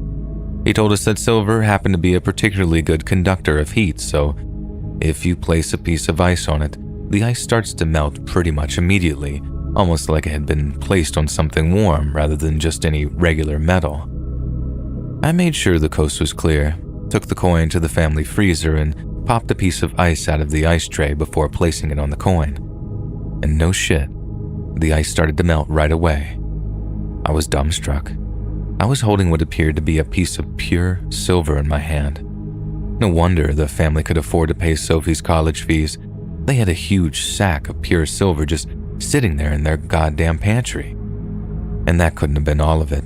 At least, that's what I told myself. There had to be more, much more. Somewhere secure so it would be safe from potential thieves or home invaders. But just where exactly they were getting that stuff from, I had no idea. Mr. Norris had mentioned something to do with investments, but who the hell pays out in silver? And pure silver at that. Silver that was unregulated by international markets. That, coupled with photos, the strange vegetables in the photographs, just who the hell was this family? It was then that I heard footsteps coming from the upper floor. Sophie was out of the bath and was bound to head downstairs at any moment. I scurried back into the pantry, placed the wet piece of silver back in the burlap sack, and then rushed back out and got myself a glass of water to play all innocent with as I heard her coming down the steps. Alex, what are you doing down here? She asked, clearly suspicious. Oh, me? I replied. Nothing at all, just getting myself a drink is all. I'm a terrible liar, always have been, and she could read it on my face that something was clearly wrong. Is there something you want to talk to me about? She asked with an accusatory tone. No, nothing. I mean, what would there be to talk about? I know you haven't been enjoying my mom's cooking. Hey, it's fine. I mean, I had no idea I was such a fussy eater, but it turns out you keep living and learning, huh? Alex, there are things that you should know about this family. Like what? We're not like other folks, not even folks around here, and there may have been some things you might have seen around the farm this weekend, things that seemed a little off. What are you trying to say, Sophie? I asked, but it was a sick charade at that point. The look I was giving her told all she needed to know. Things like, well, I don't quite know how to tell you this, but... Sophie, Alex, you two here? It was Mr. Norris, with the most imaginable timing. Sophie's expression turned from one of discomfort to one of perkiness. In here, Dad. Me and Alex were just about to make ourselves a snack. No time for that just yet. I need Alex to come with me with something. It won't take long, but it's important. Sure, Mr. Norris. I'll be right out. I followed Mr. Norris outside, tracing his footsteps into the cornfield where there were 2 full wheelbarrows full of snow-white corn torn from their fleshy husks. Give me a hand with these, would you? I obliged, pushing one of the 2 barrows back towards the house. But as we did so, we passed by the large brick-red barn that stood near the farmhouse. As we approached, I set eyes on the thick wooden paneling, and I began to feel distinctly uneasy. At first, I assumed it was because it reminded me of those old family photos and how the figures in them looked eerily similar to the current occupants of the home. But then I began to hear something coming from inside.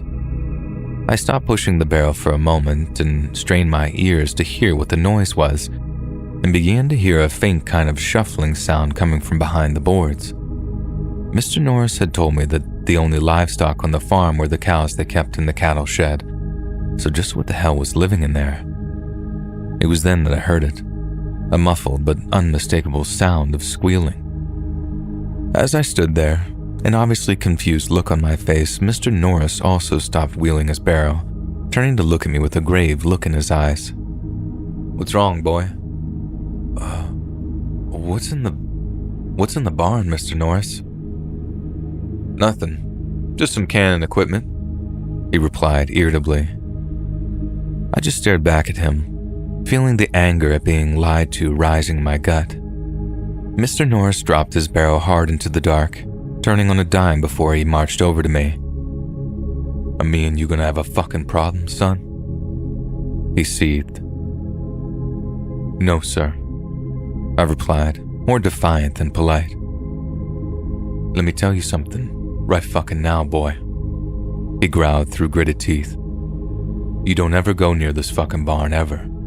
Is that clear?" "Crystal clear," I replied, feeling the adrenaline coursing through me. "If I catch you sniffing around here, at all, you'll never step foot on this farm again, and I'll make damn sure you and Sophie won't be seeing each other anymore. Now, pick that shit up and bring it up to the house."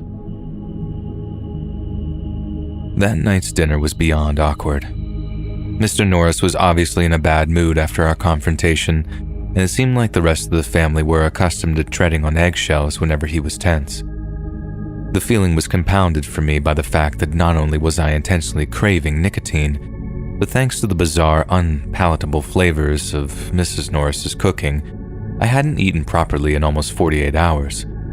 I was starving, but I wasn't about to eat anything that was going to make me sick again. So I found myself just sort of moving the food around my plate, nibbling at bitter-tasting roast potatoes that seemed far too wet and fleshy on the insides.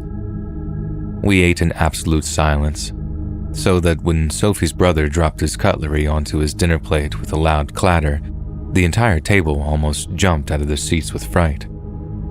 I looked up at him, watching as he began to shudder and grunt, his eyes rolling back in their sockets. "What is it, son?"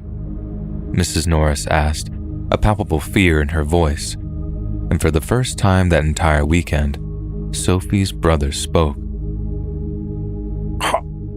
"Hungry." His voice bubbled with phlegm, rasping up from barely used vocal cords. "So hungry." As he sat before a plate of meat and vegetables that was almost completely consumed, I got the distinct impression that he wasn't talking about himself. Mr. Norris rose from the table, his chair legs grinding against the floor. As he did so, his son mirrored his movements perfectly, following him out of the room and out of sight before I heard the front door to the house open and close with a slam. Is he okay?" I asked, pointing after Sophie's brother. "Sure he is. He just like that from time to time. Amos has probably taken him to feed the cows," Mrs. Norris replied, not looking up from her food as she finished off a few last morsels. As strange as the weekend had been by that point, the last thing I was about to do was start asking and probing accusatory questions regarding the guy's obvious disabilities. So I just continued to eat what little I could stomach from the plate in silence before Sophie got up to clear her plate. "Want to come sit on the porch with me?" she asked with a smile. I had been meaning to get some more alone time with her, but not for the reasons you might think, and I agreed, cleared my own plate, and followed her out to watch the sunset. We sat down in a long swing set for a few quiet minutes, holding hands and enjoying the tranquility of the evening. But I was anything but relaxed. and it took quite a while before I found the courage to speak up. By the time I did, the sun was beginning to dip towards the horizon and darkness was setting in fast. Sophie, I think we need to talk. Sure, what's up? Well, you know I'm headed back to Boston in the morning, right? Yeah, and I'm gonna miss you. She gave my hand a gentle squeeze as she spoke. I'll miss you too, but I think you should come with me. What? Why? She asked, turning toward me in confusion. I know this is your home, and I know these people are your family and that you love them, I began. But there's something wrong with this place, Sophie, and I think you know that as well as I do. There's nothing wrong with this place, Alex. Things are the way they've always been here. I told you we were different. Okay, so they're different, and then there's just wrong. I lowered my voice, fearful that one of her family would overhear. Have you seen the cows lately? The shit growing in their fucking fields? This place is bad, Sophie. There's something very wrong going on here. You know, when I invited you out here, I thought there was a chance you'd understand. I thought you might have been open-minded enough to see that we have something special here. And we really do. For a long, long time now, we've been nothing but blessed. Only now do I really know what she meant by that. But at the time, I was simply too blinded by my feelings for her to really put two and two together. I get that you can't see it, I do. This is what you know, but I'm begging you. Please come back to Boston in the morning. It's not safe here, Sophie. No, you don't get it, Alex. I'm safer here than I am anywhere out there. We could have given you something more precious than anything, but you're just too ignorant to understand that. I get that now. So go ahead. Go back home in the morning, but don't bother calling me again. We're done. Wait, what? Are you cannot be serious, I hissed. You're breaking up with me over this shit? This shit, she growled back at me, is my home. And obviously you have a huge problem with that. So just leave. Why bother waiting until morning if this place is so terrible? Go pack your stuff and just get the fuck out of here.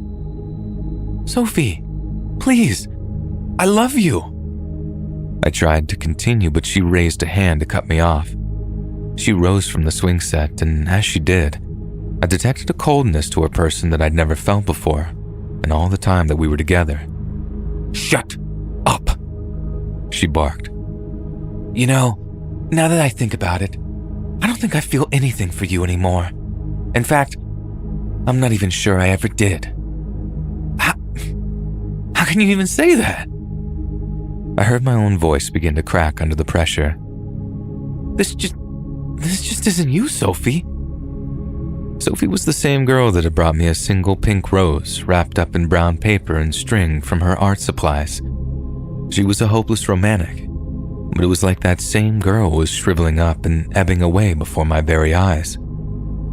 You were a mistake, Alex. This whole thing was a giant fucking mistake. I struggled to find any words, feeling my lip trembling as I felt my heart tear in two inside my chest. Her reaction was one I never would have expected, not in a million years, not from this girl. She laughed. Oh, what? Don't tell me you're gonna fucking cry, she said with a cruel giggle. And don't embarrass yourself any more than you already have. What the fuck, Soph? I thought you liked dark humor. The question was so out of left field that my head swam with confusion. I had no idea she could be like that. And as I once again struggled to find the words to express how hurt I was, she walked off the porch and back into the house. I took a few moments to compose myself, fighting back tears as I felt my entire world crashing down around me. Cigarette cravings had me feeling like my chest might explode, every fiber of my being craving the drug I tried to cut myself off from. my sole motivation being to impress Sophie's father, to impress Sophie herself. I broke. Walking back inside, I walked straight past the kitchen, past the cold stare of Mrs. Norris and her husband, who had apparently returned during mine and Sophie's argument, and up to the guest room. I rummaged through my things, fishing out the pack of cigarettes I'd stuffed down into the bottom of my pack, and walked back onto the landing. I was practically shivering with anticipation, my nicotine-starved brain reacting with childish excitement as the prospect of my first cigarette in what seemed like forever. But before I did, I had to check in on Sophie. I couldn't risk being thrown off the farm by her father without at least apologizing or saying goodbye first. My footsteps were soft as I approached her bedroom, somewhere I'd never been before. It always felt like some kind of transgression to knock on the door before gently pushing it open. I'd wondered what it was like in there now.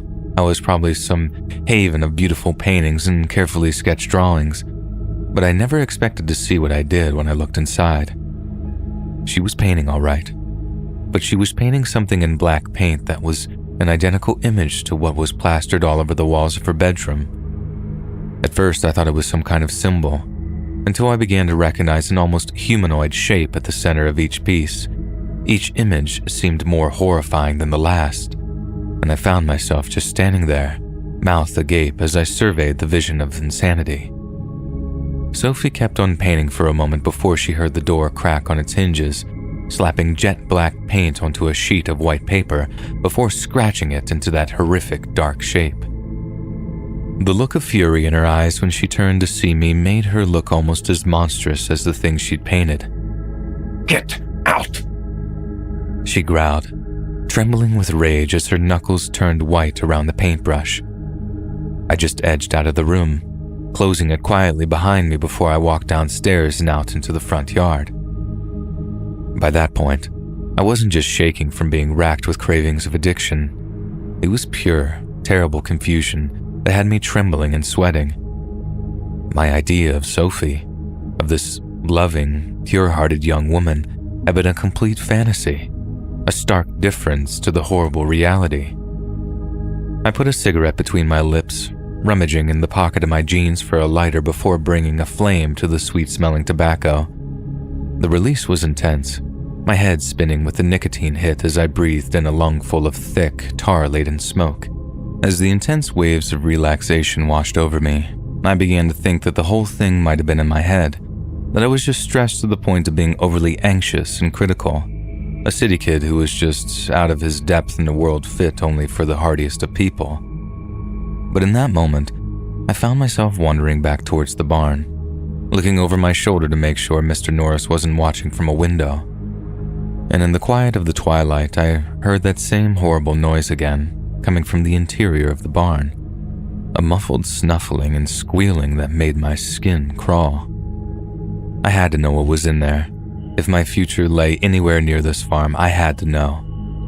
I began to walk around the barn, looking for anything unusual, anything that might clue me into what was being held in there.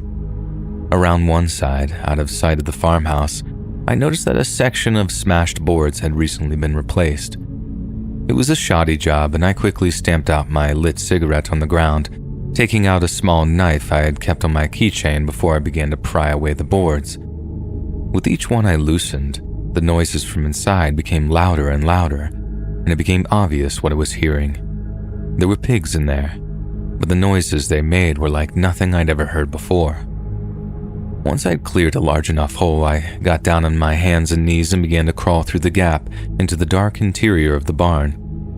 I slapped at my hands and arms, feeling things crawling all over them before I managed to find my feet.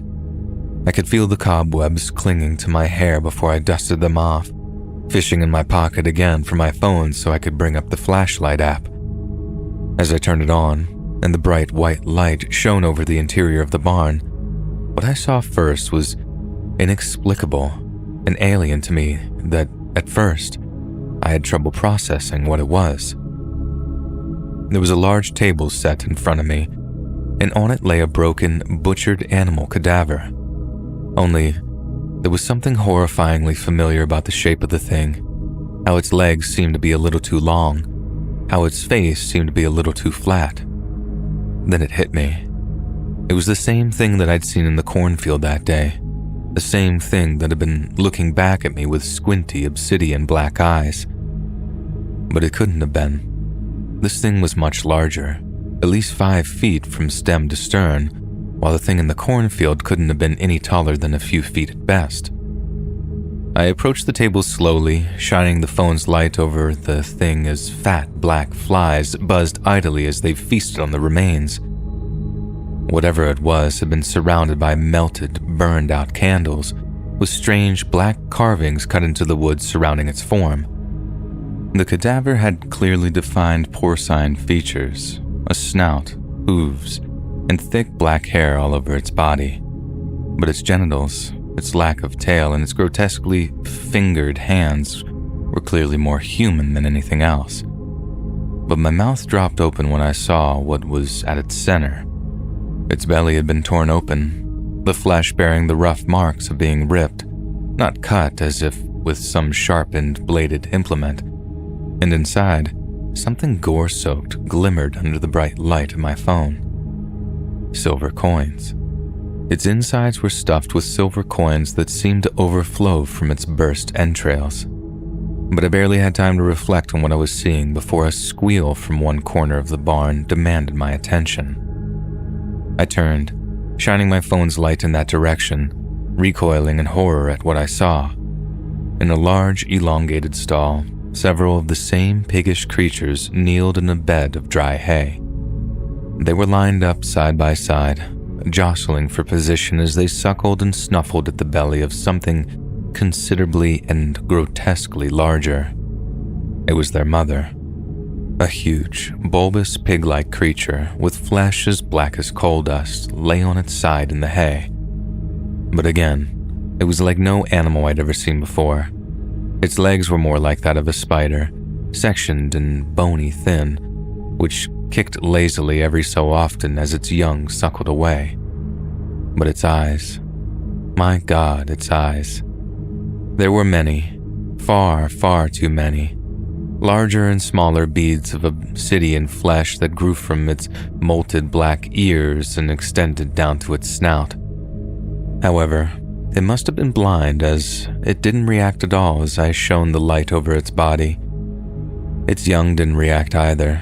Through ignorance or obliviousness due to their frenzied feeding, I wasn't sure. But it occurred to me that they may not have been reacting to me being there because they were already used to the presence of people in the barn.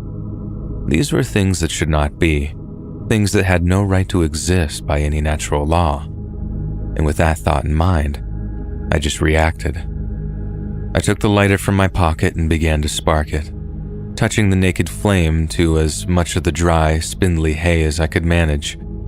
Sparks could be heard all around me by the time the interior of the barn became illuminated by the bright orange glow, smoke billowing up into the rafters as I ran back to the hole in the paneling and crawled out into the night.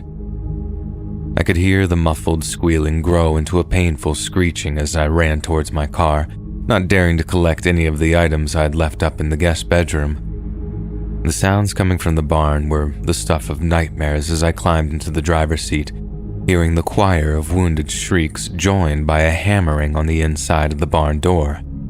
The things were trying to break out, trying to escape the flames yet being roasted in the process. At first, as I slid the keys into the ignition, the engine refused to start, and as the figures of the family appeared on the porch, it occurred to me in one horrible moment of realization that they may have sabotaged my car.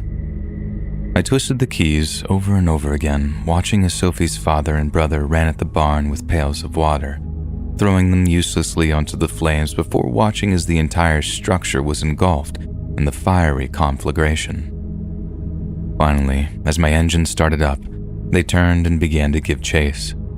I expected them to catch me at any moment, but I watched in my rearview mirror as they began to slow, seeming like they were weakening with each passing second. I remember Sophie's father in particular falling into the dirt as his knees seemed to give out completely, a streak of white hair where his natural brown should have been. He was changing. Each of them were, wilting like unwatered flowers before collapsing to the ground.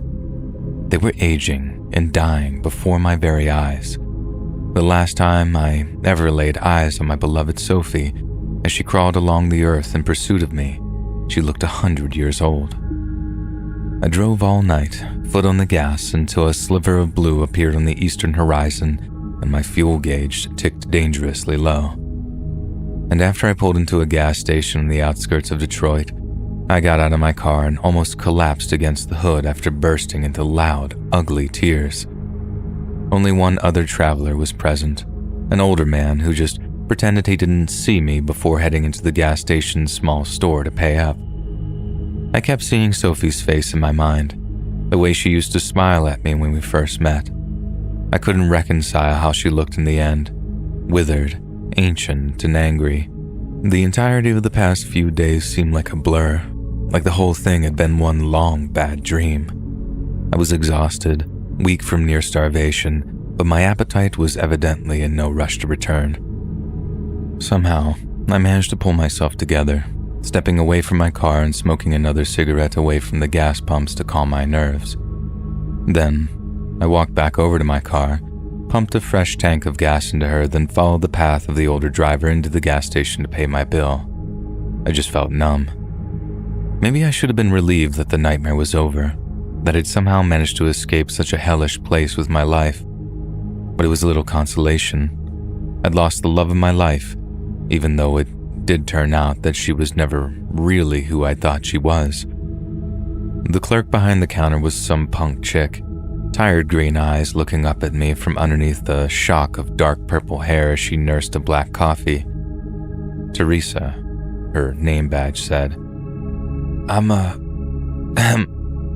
I had to clear my throat to make myself heard as I slid a 20 across the countertop. I'm number 4. She got up off her stool and began to take my money when I saw she had a small box TV with her, one that showed an oddly familiar landscape. Hey, I said. Hey, turn that up for a second. The clerk shot me a displeased look, but obliged me all the same. The TV showed a newscast, images from a helicopter that circled something that was surrounded by endless cornfields. What is without a doubt a geological phenomenon of almost unprecedented scale here in the United States? The voice from the small speaker crackled. As you can see, Mark, the newly formed sinkhole is hundreds of feet wide, and we're talking about whole football fields here, and no one is quite sure how deep it goes yet. Crazy, huh? The clerk said. It happened just a few hours ago. Hope no one got hurt. No, I replied dully. No one did. Oh yeah? Well, how would you know? But I was already walking out the door, getting ready for the long remainder of the drive back home, where I have no doubt I will spend the rest of my life trying to forget the things I saw and the things I heard, back on that terrible place that pretended to be a farm.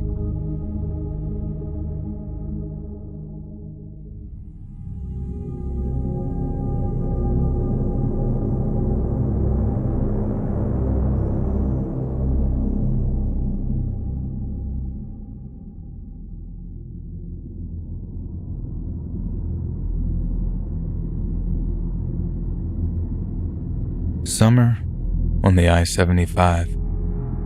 Heat shimmers danced over miles upon miles of baking tarmac as temperatures climbed into triple digits.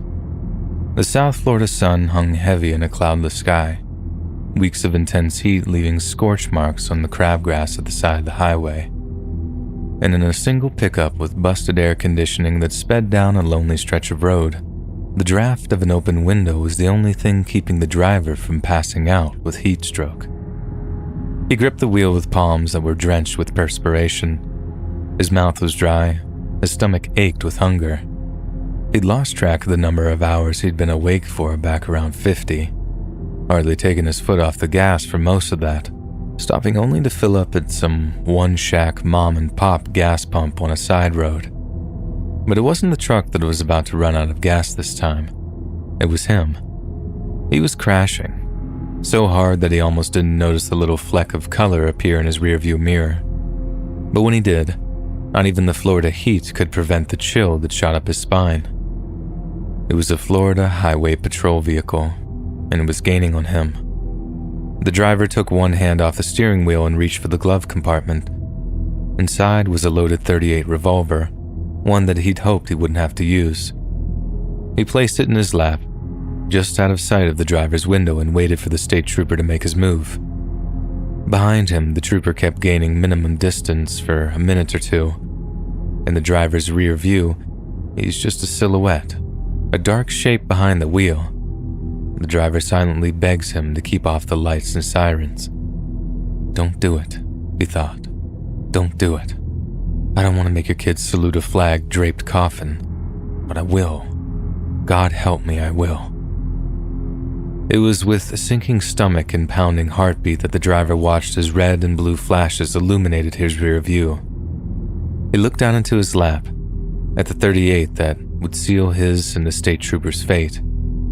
They didn't have to come to this. None of it did.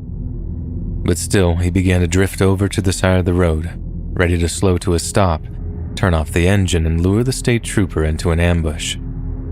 Only the trooper didn't mirror his movements. It didn't tail him to the side of the road. The state trooper simply accelerated and drove straight past him.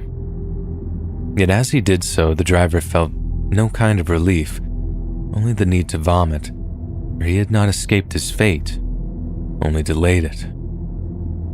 As not to arouse any suspicion, the driver continued to crawl over the side of the highway, slowing gradually until the truck finally came to a complete stop. The old rusted door handle screeched as he opened the truck's door just enough to empty the yolk yellow lining of his stomach onto the tarmac outside. He wiped his mouth, smearing bile into the knee of his jeans, then reached for the glove compartment again, this time to swap the loaded .38 for a small glass pipe. There was enough half-burned crystal clinging to the filthy glass to make him feel normal again.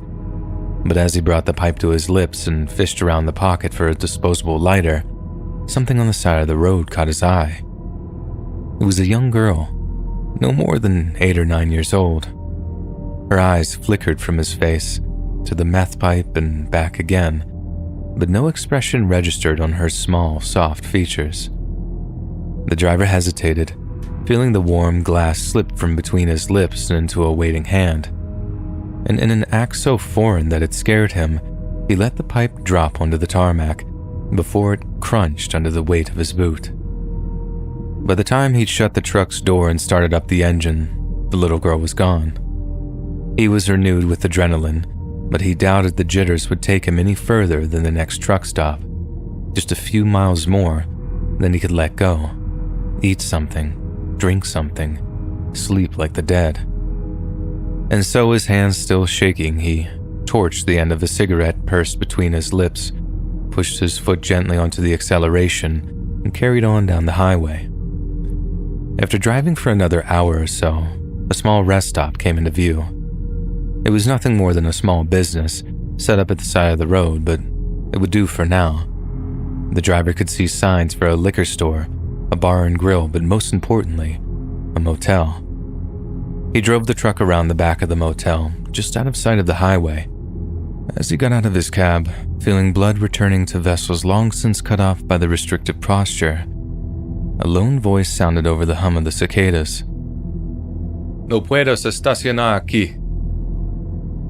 The driver didn't say a word as an elderly Hispanic man approached him, his skin like leather, tanned in the sun. ¿Eres sordo o qué? The man spoke again as the driver reached into his pocket. He pulled out a crumpled $10 bill, sliding it into the man's shirt pocket before walking off towards the highway and the bar on the other side. The Hound Dog Bar and Grill was almost empty. Pool balls clacked as they collided, cutting through the low drone of a jukebox that played some old Skynyrd song. Cigarette smoke hung thick in the air, mixing with the strong scent of fried food coming from the kitchen in the back. The driver slid his aching body onto a bar stool, setting his eyes on a grubby laminated menu that lay before him. As he tried to read it, the small black lettering began to bleed together, melting and swirling until it made his head throb. He pointed at the first words he'd recognized, sliding the menu over to the bartender as he did so. The bartender nodded before heading off into the kitchen to prepare the driver's order. The food came quickly, bare bones burger and fries. The driver felt like he'd eat twice the amount set down in front of him, but still he ate slowly.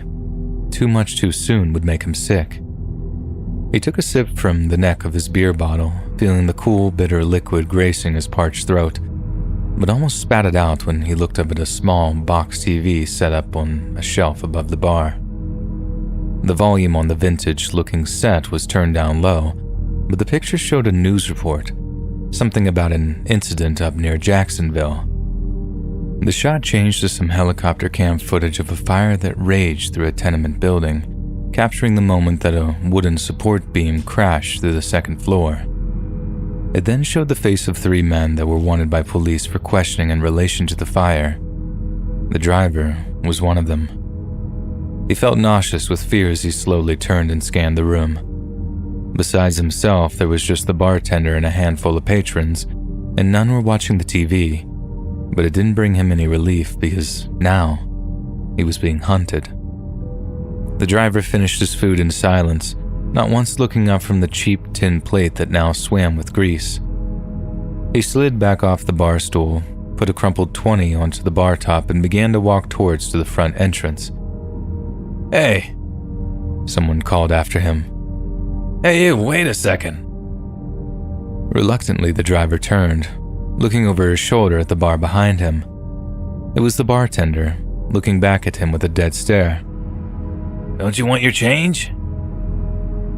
The driver exhaled a long, slow breath of relief, but couldn't quite bring himself to smile as he shook his head. Soon the warmth of the sun was on his skin again as he shuffled back across the highway towards the motel. He fetched a large black duffel bag from his truck parked out back, then lugged it around to the reception area to rent a room. Inside the small building attached to the motel forecourt was the reception area. The driver walked inside, carrying the heavy duffel bag by the straps. Sat in front of a luminous blue bug zapper was a tired-looking woman with whom he swapped the $15 nightly rate for a room key. He then dragged himself to the flight of stairs to room 22, the duffel held tight in his grip. After locking the room's door behind him, he slid the duffel under the double bed before unhooking the loaded .38 from his waistband and placing under a pillow. It was mid-afternoon by that point, a few hours sleep to recharge his batteries, and he could be back on the road south before sundown. As he lay himself down on the stained white bedspread, he felt as if he might sink into a sleep so deep that he'd never wake up at all. And if he did, it might well be looking down the barrel of a police-issued shotgun, racked and ready to plaster his brains all over the pillow on which he currently rested his head. Worry furrowed his brow for a moment after his eyes closed, before his breathing slowed and his head began to empty of thought.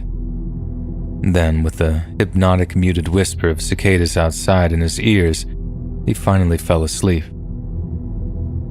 When he opened his eyes again, there was fire. A great roaring furnace burned in front of him, so intensely hot that he smelled the acrid scent of his own singed hair in the air around him. The blaze towered above him, and from deep inside the inferno he could hear a woman scream. At first, it was as quiet as a whisper, but as it grew, the blood-curdling scream faded into a hoarse, grinding wail. But they weren't screams of pain. They weren't the howls of a woman suffering the searing agony of being burned alive. It was grief. She was screaming out of grief. The screams multiplied as hundreds of gaunt, charred faces appeared among the flames before him. He looked down, discovering that his jeans had caught alight. He swatted at the flames, trying to put them out, sweat pouring from his brow as he tried and failed to prevent himself from bursting into flames. But just as he was about to be engulfed, the driver looked up, back into the fire, just in time to see a scorched, peeling arm, black as coal dust, erupt from the flames before its hand wrapped around his throat and squeezed. The driver jolted awake, eyes wide, gasping for breath. He hadn't had a nightmare since he was 11 years old. It was the withdrawals. It had to be. Nothing else could explain how lucid it felt. A cold shower provided relief against the oppressive evening heat. He left the bathroom feeling like a new man, his mind focused, ready to get back on the road again. He dressed himself, hooking the loaded .38 into his waistband again before kneeling on the carpet to fish the heavy black duffel out from under the bed. But as he did so, something felt wrong. It was heavy all right, but not nearly as heavy as it should have been. In a panic, he wrenched open the zippers only to have his worst fears confirmed. What should have been inside the bag, stuffed into individual plastic bags, was just over $20,000 in cash. But that's not what the driver found when he opened up the duffel. Instead, he found plastic bags stuffed with filthy, worn-out children's clothes. Only one of the bags contained any money at all, and it only amounted to a few $100s.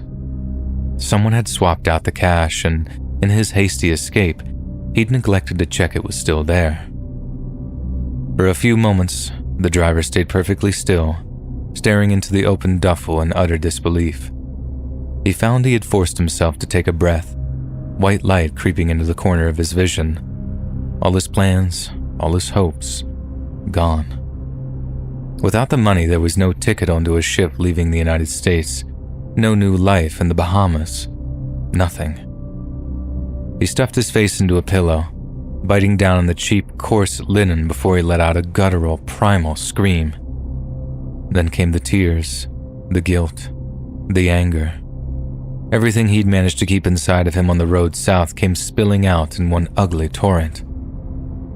Suddenly, he stood up, pulling the .38 out from his waistband and placing the barrel in his mouth. The steel tasted bitter on his tongue as he angled the muzzle to the roof of his mouth. It would all be so easy just to check out there and then and not have to clean up the mess he'd left behind. But he'd never made a habit of going easy on himself. Always took the hard road, his pa used to say, no matter where it took him. It was that particular thought that made the driver take the revolver from out of his mouth and decide that there had to be another way. The driver shuffled over to the motel room's windows and hooked a finger into the blinds. Outside, the Hound Dog Bar and Grill was considerably busier than it had been earlier. A dozen or so Harley-Davidson motorcycles were parked up outside, with the drunks almost as loud as the music. A thought flashed through the driver's mind. A busy bar would have a whole lot of cash on hand come closing time. All he had to do was walk over, spend a few hours nursing a few beers, then hit the manager's office come closing. His mind was made up. He stuffed what money he had left into the pocket of his jeans, left his motel room, and headed back across the highway. What had only a few hours ago been a sleepy roadside burger joint was now swarming with scum and villainy. 1%er motorcycle clubs held court around small tables overflowing with empty beer bottles and shot glasses.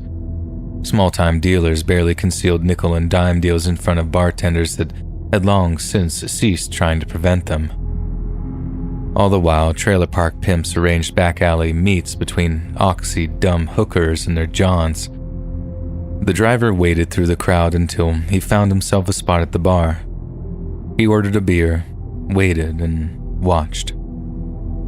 Over the course of the next few hours, the driver watched as the crowds grew more and more intoxicated, laughing and bickering among themselves, sharing drinks and stories with an almost constant stream of people going to and from the bathrooms. At one point, something caught his eye from across the room. A small figure stood alone in a corner of the bar, holding something in their hand. It was a child, the same little girl we'd seen on the highway. No one was paying any attention to her, but it didn't surprise the driver that there were parents neglectful enough to leave their kid alone in a late-night dive. Only, that wasn't what was so odd. It wasn't so much the beer-swilling patrons weren't paying attention to her. It was as if though they couldn't see her at all. People walked right past her, drinks in hand, without giving her so much as a look. It was then the driver saw what was in her hand. It was a teddy bear. It was burned to a crisp. Suddenly, a huge leather-clad biker blocked his view of the girl for a moment, and by the time he had moved, she was gone. Around 2 in the morning, the drunks began to slowly file out into waiting taxis. The driver kept his head down, biding his time until resistance would be minimal.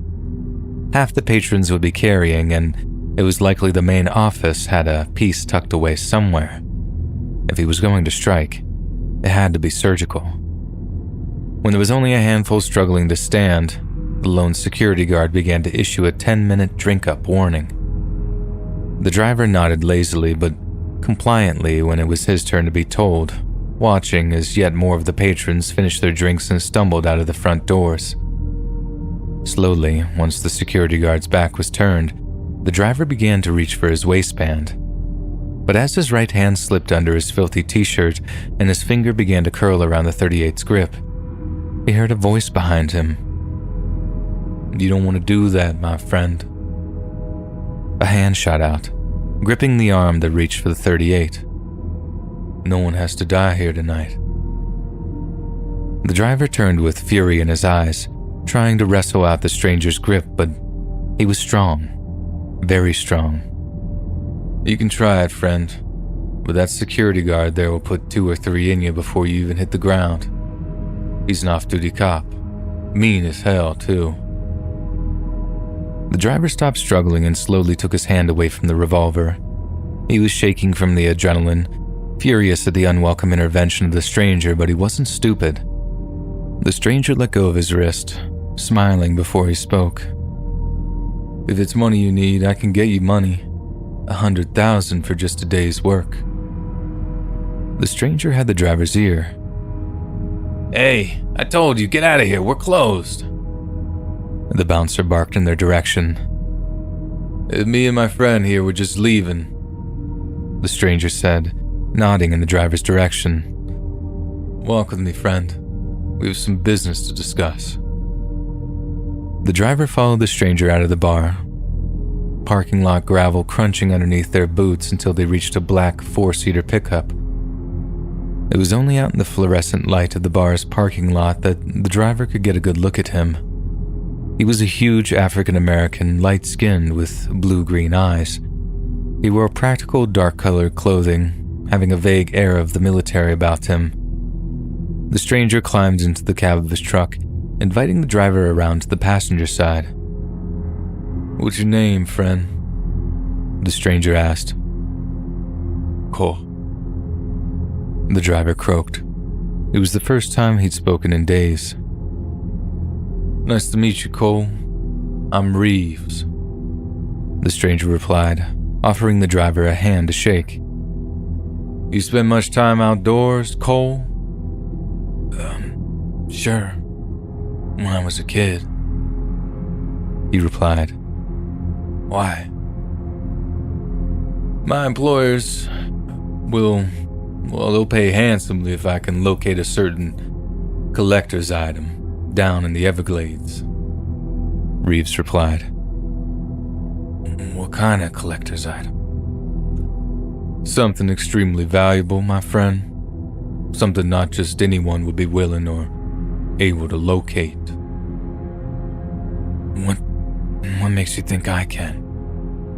Cole asked skeptically. "Your whole life, you've been looking for something in a place you'll never find it. Put to the right task, I think you'll be able to help me find just about anything." "You don't know dick about me," he spat back. "I know a lot more than you think, friend." Reeves' reply came with a wry smile. "If you got something you want to tell me, asshole, do it now." Cole shifted in the passenger seat, his whole demeanor now one of confrontation. "I'm not a cop, if that's what you're thinking." Reeves grinned. "Who the hell are you?" "Your last, best hope." The smile left Reeves' face as a serious look entered his eyes. Cole sighed. The guy was right. Without his help, he could be locked up in the county jail within 48 hours. Accept it, and he might just make it to the Bahamas. "All right, I'm down," he finally said. Just tell me exactly what we're getting into. Well, forgive me if I'm not forthcoming with all the details. Wouldn't want you getting cold feet, Reeves began. But the long and the short of it is that we're headed down to Everglades City to hook up with the rest of the team, and then we head off into the swamps. The rest? Cole asked, feeling the overdue exhaustion setting in once again. Nothing you need to concern yourself with just yet, Reeves replied. Now, you got a vehicle you want to follow me down in? Anything in that motel room you need to pick up? How did you know? It's my job to know things, friend. Now, grab what you need so we can get going. Cole took a moment to think. There was nothing in the motel room that belonged to him, and it was only a matter of time before the cops put an APB on the truck he'd borrowed. No, I don't need nothing. Let's go. Well, all right then, Reeves replied, turning the truck's key and gunning the engine. You better get some sleep, though. You look a little worse for the wear. But Cole's eyes were already half closed, and as Reeves' trucks began to disappear on that long, dark stretch of the I-75, he drifted off into another deep sleep. The next time Cole opened his eyes, a sliver of blue was creeping onto the eastern horizon. He considered closing them again for the remainder of the journey, but felt his cravings creeping back. There would be no more sleep that morning. Mind if I smoke a cigarette? Sure. Just open the window, Reeves answered, eyes still glued to the road ahead. Cole relished the blast of cool morning air that hit his face as he rolled down the passenger window. He'd always appreciated that early morning tranquility. It was about as calm as Florida ever got. The truck turned off the highway just as Cole's cigarette burned down to the filter, where he once again found himself in the parking lot of an old rundown motel. He flicked the remnants out of the open window before rolling it up again, following Reeves out of the truck and over to one of the rooms. There, Reeves gently tapped a knuckle against the grubby glass window. Cole heard movement on the other side. When the door to the motel room opened, a long-haired man with a wild beard peered out for a moment before opening it fully. Well, it's about time you showed up. The hell kept you? I had to find the right one, Reeves replied, nodding his head in Cole's direction. This guy? Really? The bearded man asked with an insulting snort of laughter. You gotta be kidding me. But when the look in Reeves' eyes assured him he was not, the bearded man reluctantly stepped out of the doorframe, allowing them entry, but eyeballing Cole as they did so. Inside the room, Cole understood why the curtains were drawn. It was a veritable arsenal of weaponry and equipment, with firearms, tactical clothing, and maps laying out on every available surface. In one corner sat another man, well-groomed and clean-shaven, in stark contrast to the one who'd answered the door. Ah, so you're the guy, huh? He said to Cole as he looked up from cleaning what appeared to be an AR-15 variant. Good to meet you. I'm Fievel, and that there is Norris. Don't mind his mood, he's not really a morning person. Cole turned, raising a hand in greeting, only then noticing that the bearded man's left arm was missing up to the elbow, the rest of his skin being a patchwork of scars and rough tattoos. Norris sent little more than a nod back Cole's way. So, what's your thing? Fievel asked. My thing? The question confused Cole at first. Yeah, like your specialty. I'm here to offer my medical expertise while Norris there is just about the best gator trapper in the state of Florida. I'm just curious what you bring to the table. Is that what you're doing here? Gator trapping? Cole asked. The gators will be the least of our worries, Reeves interjected with a shake of his head. So wait a second. Do you two know exactly what this guy's getting us into here? Cole asked, feeling the frustration boil inside of him, heated by the fire of his cravings. I suppose now is as good a time as any to tell you, Reeves said, leaning forward in the seat. What you're looking for belongs to something that lives in the glades. Something we'll have to hunt and kill before we can retrieve it. Easy. I've been hunting swamp critters since I was a boy. Norris chuckled. No, not easy, Reeves replied. This thing is dangerous, real dangerous, and we won't have any easy time finding it because it doesn't want to be found. We can track it, hunt it, and kill it, just like any other animal. But it is not like any other animal. You need to understand that. I knew that there was something you weren't telling us about this, Norris muttered. You're gonna have us out there looking for a goddamn skunk ape or some crap. There are questions you'll have that I simply don't have the answers to. I can only tell you what I know, Reeves continued. But I can assure you, what we're looking for is very real, and I can promise you, it might well find us long before we find it. For a moment, there were no replies, no questions. Each man was rendered silent by Reeves' statement. To Cole, it almost sounded like the plot of a poorly written horror story, but something in Reeves' eyes had him believing every word. He had to be talking about a rare Florida panther, maybe an albino gator or something, but as long as he was good for the money, Cole didn't really care. $100K, right? Fievel finally asked. Cash on delivery? Wired to your bank account upon delivery of the asset. Reeves nodded. All right, Norris said. When are we leaving? The four men piled themselves and their equipment into Reeves' truck as the morning air began to warm. Cole found himself sat next to the shifty-looking medical professor, who seemed like he'd be more at home in an air-conditioned office space than out in the Everglades. Staring out the window, Cole felt himself begin to shake as meth cravings began in earnest. Even with the truck's air conditioning on full blast, he felt his armpits become clammy with cold sweat. He turned, noticing Fievel staring curiously in his direction. What?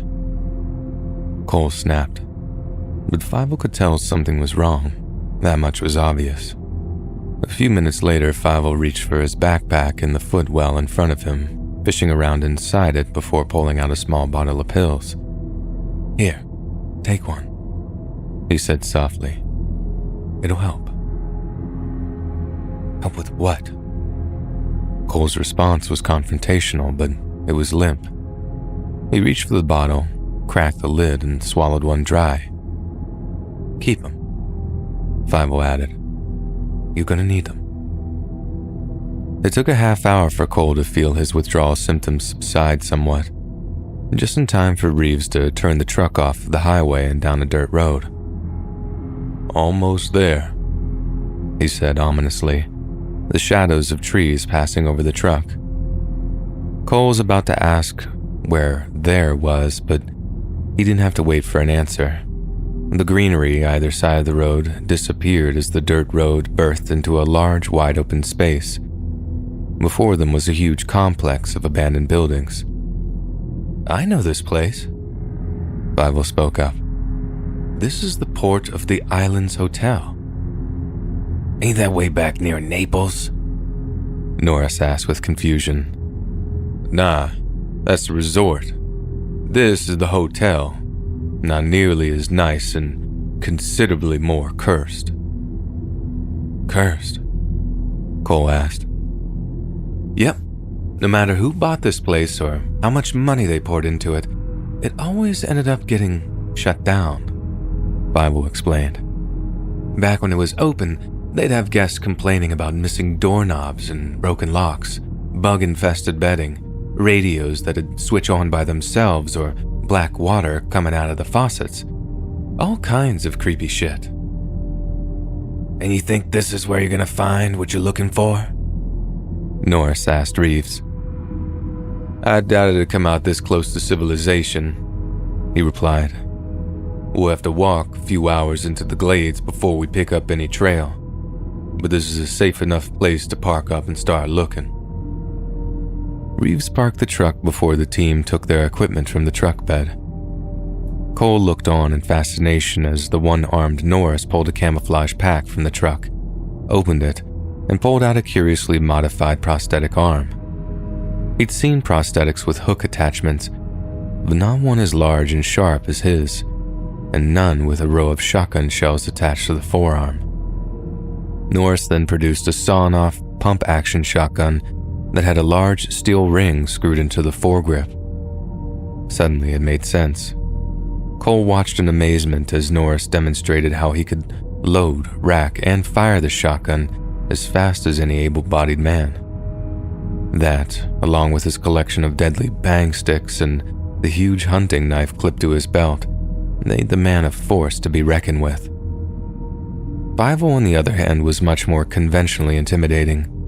Along with his AR variant and an array of tactical equipment clinging to his back webbing, he carried a rucksack stuffed with all manner of tourniquets, painkillers, antidotes, and anti-inflammatory drugs. He looked slick, more combat medic than general practitioner. The only thing that stood out about him was the .45 he kept in his chest holster. Nice pistol. What is that? The Grim Reaper or something? Norris asked, pointing at the intricate gold leaf of a skeletal figure carved into the grip. Something like that. It was a gift from a patient of mine, he replied. Said it would bring me luck. But Cole knew it wasn't the Grim Reaper that was carved into the pistol's ebony grip. It was Santa Muerte, the female personification of death from Mexican folklore. Suddenly, the good doctor didn't quite seem so out of place anymore. About the same time that Reeves was pulling a rustic-looking bolt-action hunting rifle out of his truck bed, Cole realized he had nothing but his .38 revolver to arm himself with. Reeves, can I talk to you for a minute? He asked quietly. Sure, friend. What's on your mind? Oh, you guys got rifles and stuff, but all I got is this crummy .38. He said, taking it from his waistband and presenting it to Reeves. I mean, it don't even shoot straight when it even fires at all. Don't worry, friend. I packed something extra, just for you. Reeves reached into the truck bed once again and pulled out the last weapon that Cole expected to see. The old breech-loading rifle that Reeves held out before him by a scuffed leather strap had to be at least 150 years old. It was huge, almost double the length of Fievel's slick-looking AR variant, not to mention twice as heavy. You gotta be kidding me, Cole said. When it's time to use it, you'll understand. A skeptical Cole took the rifle from Reeves' hands and looked it over. It looked like something right out of a Civil War movie. What in the world? Norris's voice was full of curiosity. Is that a Sharps rifle? Jesus, that thing should be in a goddamn museum. The hell you even find this thing? He asked Reeves. It belonged to my grandmother, Reeves replies. Brought it over with her from Haiti. Quite the woman, too. She was a mambo, a voodoo priestess. What'd she shoot with it? The spirits of the recently departed? Fievel asked with a mocking grin. Actually, she used that thing to kill old Pete. Old Pete? You mean that guy with the concrete skull? Asked Norris. I thought that was just a made-up story. Henry Peterson was as real as you and me, my friend, Reeves replied with a knowing smile. And he was not the lovable oaf that the tales make him out to be. Not towards the end, anyway. And you expect us to believe your sweet old grandma was the one that put him down? Fievel asked, his words dripping with disbelief. She put a bullet through his heart. Told me she bounced one right off his skull before she did. And why the hell would your grandma ever need to kill that sweet old thick-skulled railroad worker? Because like I said, he wasn't so sweet towards the end. What made old Pete's bones so strong was only the beginning of what happened to him. And what happened to him? Norris asked. Old Pete was such a dummy before his bones grew. But the stronger they got, the less Pete found himself able to think straight. Until by the time the bone was forcing its way through the flesh of his forehead, Pete was barely human at all. Five-O's mocking skepticism wasn't nearly as loud after Reeves spoke, and a creeping chill had descended on the entire group. So, if you're telling me your grandma used that thing to kill old Pete, and old Pete who wasn't human when she did, just what kind of animal are we looking for out there in the swamps? No more questions. Not now. We're burning daylight. Reeves replied, shouldering a heavy-looking rucksack stuffed with gear. First we move through the hotel, then we take off into the Everglades. Let's get going. The ruins of the port of the island's hotel were like a vision of some post-apocalyptic future. Vines and weeds grew wildly over crumbling brickwork. Walls were plastered with spray paint graffiti, some of which was extremely unnerving to the group as they wandered through long abandoned hallways. The Everglades Are Dead was sprayed in blood-red paint over a detailed map of the surrounding swampland. I Was Not Crazy was smeared on the adjacent wall, punctuated by a single handprint. The group filed out of the ruined hotel lobby, stepping over crumbling bricks until there was nothing but a sea of greenery before them. The lushness of the Everglades was evidently down to the tiny freshwater streams and tributaries that ran through the area like a network of arteries. And although there was much in the way of solid ground for the group to walk on, most of it was waterlogged, with each step bringing a little more moisture into the boots of each man's feet.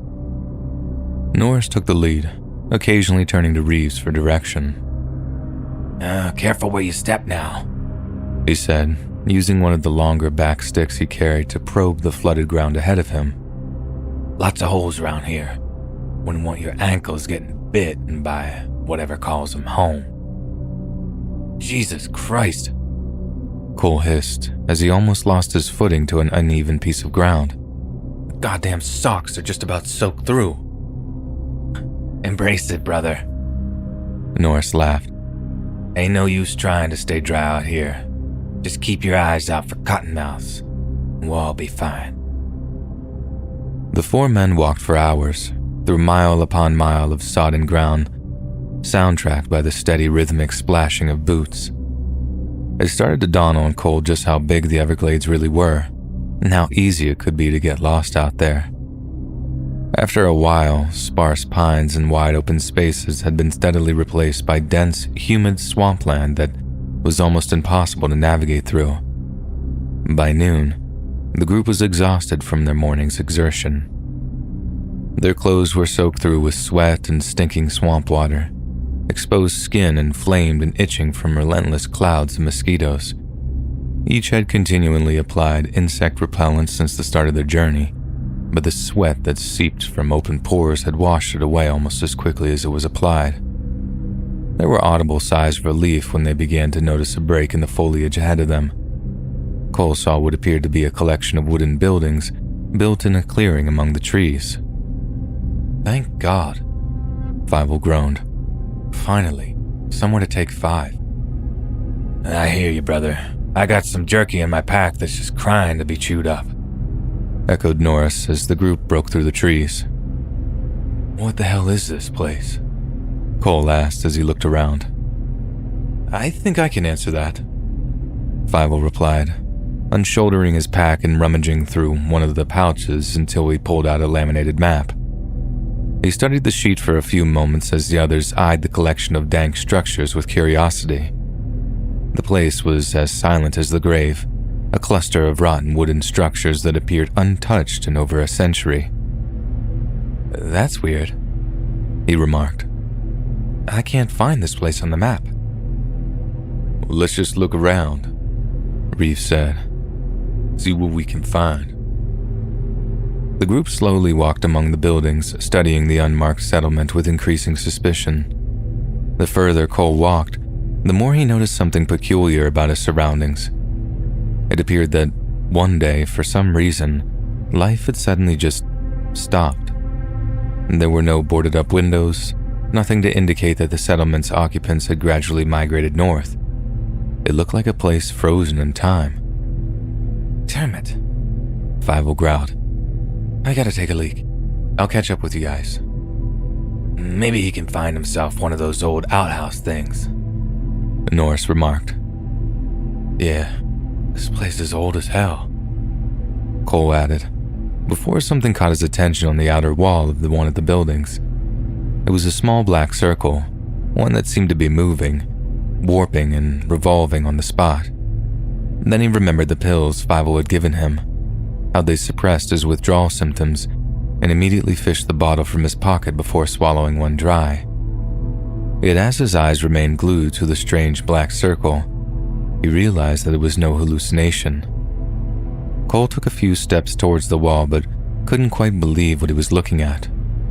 They were centipedes, maybe 4 or 5 of them grouped tightly and all creeping together in a perfect circle. He'd never seen insects act like that before. Ants, maybe, but not centipedes. Cole turned back toward Norris and Reeves to get their attention, but the pair were distracted. Their attentions firmly focused on a small shack that had been hidden from view by a larger structure on their approach. It has a silvery sheen to it, one that was confusing to the eye at first, but Cole soon realized what it was. It was spiderwebs. Every single inch of that small wooden shack was covered in spiderwebs. Cole's eyes began to detect little flickers of movement among the cobwebs as the 8-legged creators of the webbed mass swarmed over their handiwork. That's when something else caught Reeves' attention. He edged off toward one of the other buildings, pushing open the old rickety door with the barrel of his hunting rifle. The door groaned on its hinges as it swung open, and Cole's jaw dropped when he saw what was inside. There were bones everywhere. Decayed corpses were strewn about the floor, some with their skeletal fingers still curled around the barrel of a musket or the handle of a knife. There had been a massacre here, long ago, and it had been bloody.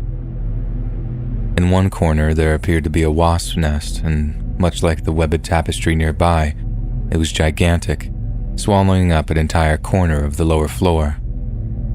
Cole had seen plenty of wasp nests tucked away in the upper corners of dusty garages, but this one was terrifyingly huge. Yet the stab of fear only pierced Cole's guts when he saw something protruding from the peak of the papery hive. It was the top of a human skull. Empty eye sockets just visible over the mass of wooden pulp. A human being that had been cocooned in that thing. But by what? Cole dared not imagine. Go get Fievel, Reeves hissed at Norris, who quickly nodded and rushed to retrieve him. Hey, Cole grabbed Reeves by the arm as Norris went out of sight. Just where the hell have you brought us, huh? I don't know, my friend, he replied, but I know we're getting closer.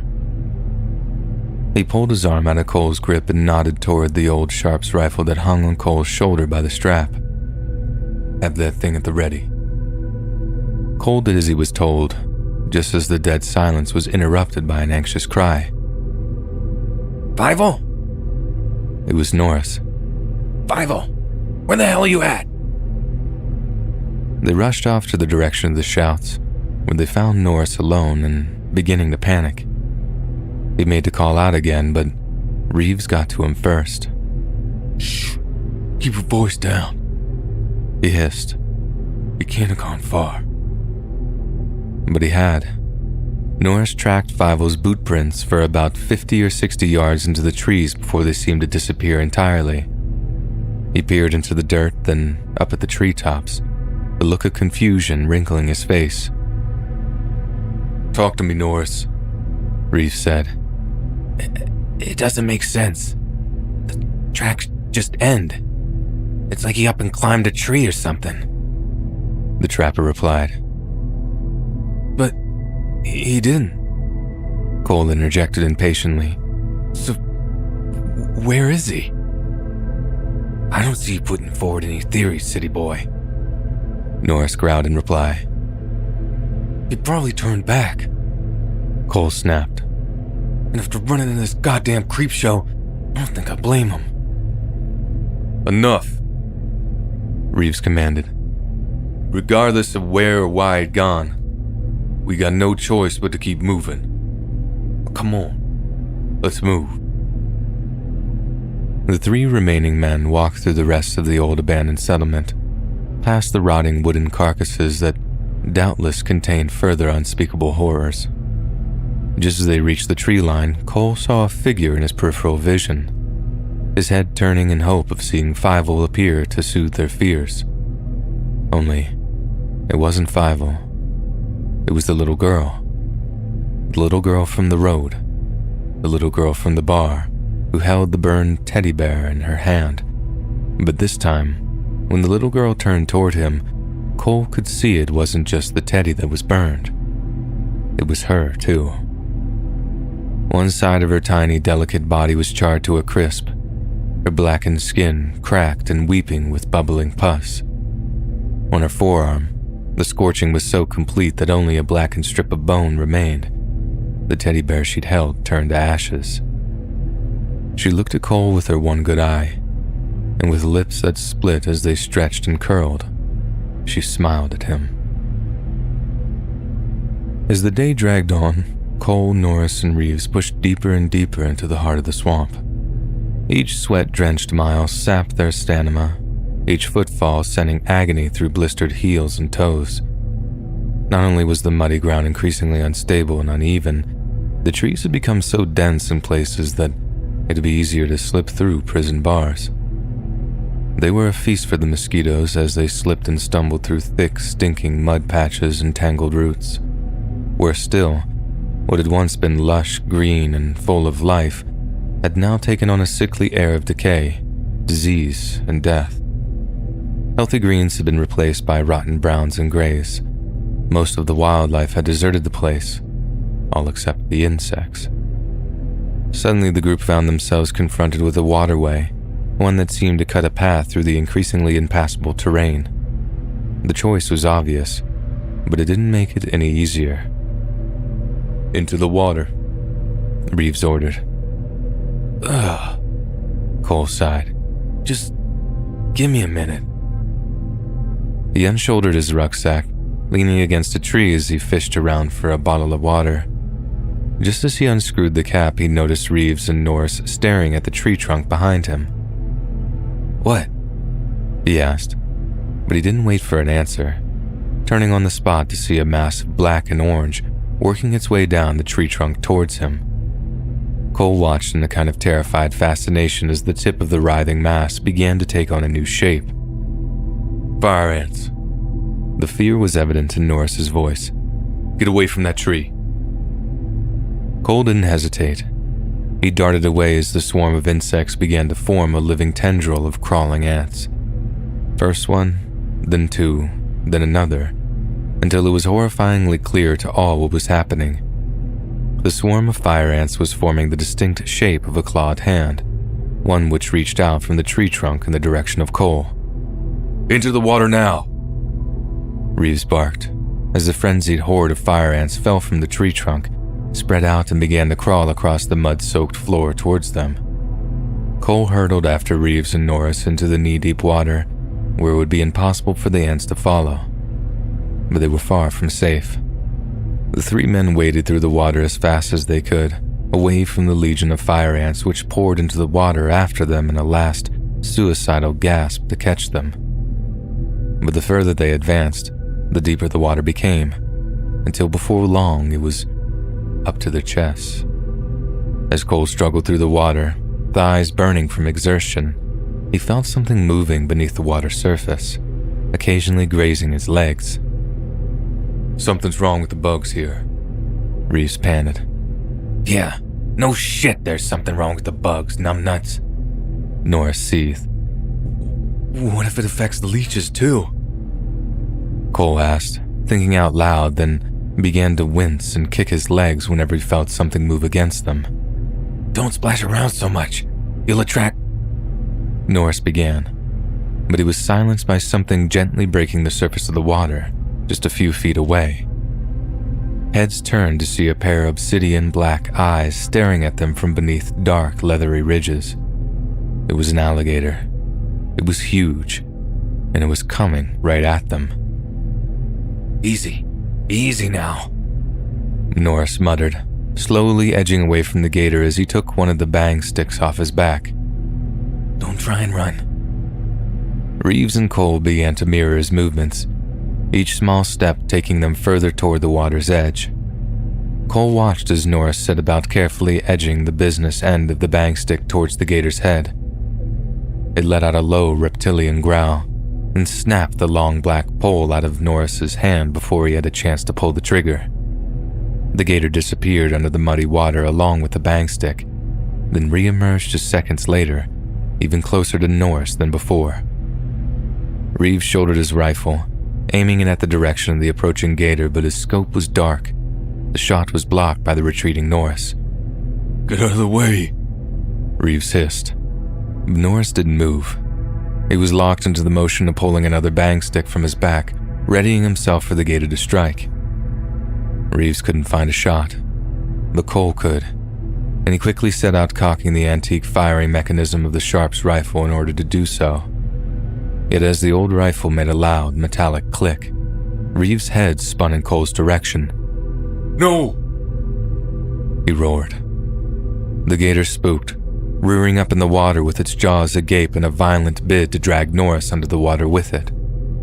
There it would drown him before jagged teeth would rip soft flesh from bone. But as it tried, the end of a bang stick was thrust against the roof of its mouth, and a loud crack sent the gator's brains flying out the back of its skull. It thrashed for a moment, blood and brain matter seeping from the open wound before sinking to the bottom of the swamp. "No! No! What the hell do you mean, no? I almost died there, you son of a bitch, and you're telling him no when he has a goddamn shot?" Norris kept his voice low, but his words seethed with fury. "We need to preserve the ammunition in that rifle, my friend.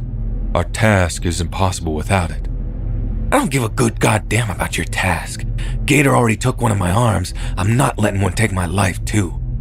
Now just how many guys are you willing to lose out here?" "You need to understand. That rifle is..." "I'm done trying to understand," Norris interrupted, rage boiling in his eyes.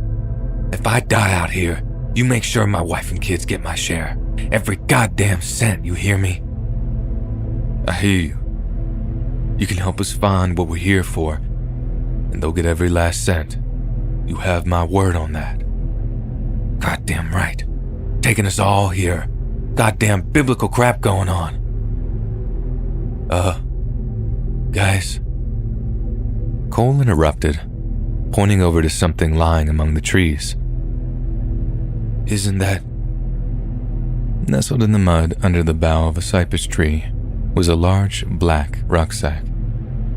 "That's Fivel's pack," Norris said. "Jesus, he must have come this way." "Can you make out which direction he went?" Reeves asked. "I mean, I think so. There's a track here, but ain't no boot prints. Not that I can make out anyway." Norris remarked as he studied the ground ahead of them. "If this is him, he had to be crawling or something." "If he's hurt, we gotta go after him," Cole added, sticking behind Norris as he followed the tracks through the mud. Reeves watched as the hope of finding Fievel alive revitalized his exhausted companions, but he could not share that hope, and he envied them for it, for he knew that the worst was yet to come. After a few hundred yards, the tracks simply disappeared, and the three men were left standing among the trees, searching for any signs of their missing comrade. "Look, through the trees," Reeves said, gesturing to something ahead of them. At first, Cole was unable to make out what he had seen, but as the group advanced through the trees, he began to make out an opening in the earth before them. Swarms of insects were crawling all over the edges of the rocky tunnel, squirming through the mud beneath what was unmistakably Fievel's assault rifle. Reeves flashed a look at the others before he unshouldered his backpack. It was dripping wet from wading through the swamp waters, and Cole couldn't imagine what he could possibly want from it. But when he saw it, the implications made him sick to his stomach. Reeves held a bundle of bright red tubes in his hand. "Road flares. Waterproof," he said. "No way," Cole said. "No goddamn way. You nearly got us killed taking us into the water, and now you want to take us down there? Are you insane?" Reeves just smirked. "You can stay up here if you want, but you don't want to be alone out here, do you, friend?" "If he's alive, we gotta get him out of there," Norris said. "Now give me one of those goddamn things. We're going in." Slowly and steadily, the three men headed down into the earth. Cole was initially confused as to why such an underground passage wasn't flooded, just like the rest of the glades. But the dense indigenous rock that made up the tunnel's walls explained the absence of water. It was only when Reeves lit one of the waterproof road flares that he saw just how deep the tunnel went. It was so long that the fizzling spark of the road flare glowing into life seemed to echo down the tunnel for hundreds of meters. Every surface seemed to pulse and writhe in the smoky red glow.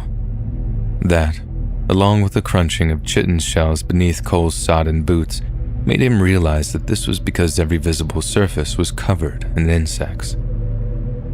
"Follow me. Stay close," Reeves whispered, echoed down the infested passageway. As they walked, Cole had to bat away insects that fell from the roof of the tunnel and landed in his hair. They made his skin crawl, but the will to rescue Fievel spurred him on. It could have been him trapped down here in the dark. It could have been any of them. The money barely seemed to matter by that point.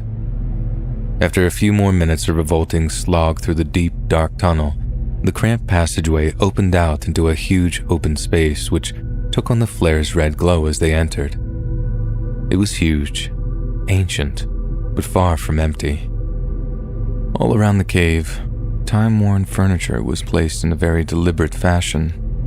There were old wooden bed frames, tables, chairs, even wardrobes, not to mention a plentiful collection of what appeared to be old steel lockboxes. "What the hell?" Cole whispered, but no one had an answer for him. It was then that Cole noticed a huge wooden board leaning against one of the wardrobes. Painted in extravagant but faded lettering was one word: Florida Blanca. But Cole's eyes were quickly drawn to something else, something on the wall not far from where the wooden panel stood. It seemed familiar to him, but in the faint red glow of the road flare, he was unable to figure out why. Then it struck him. It was the same pulpy substance that they'd found back in the settlement. Only this time, he recognized the head which protruded from the top. It was Fievel's. "Jesus Christ! Get him out of there!"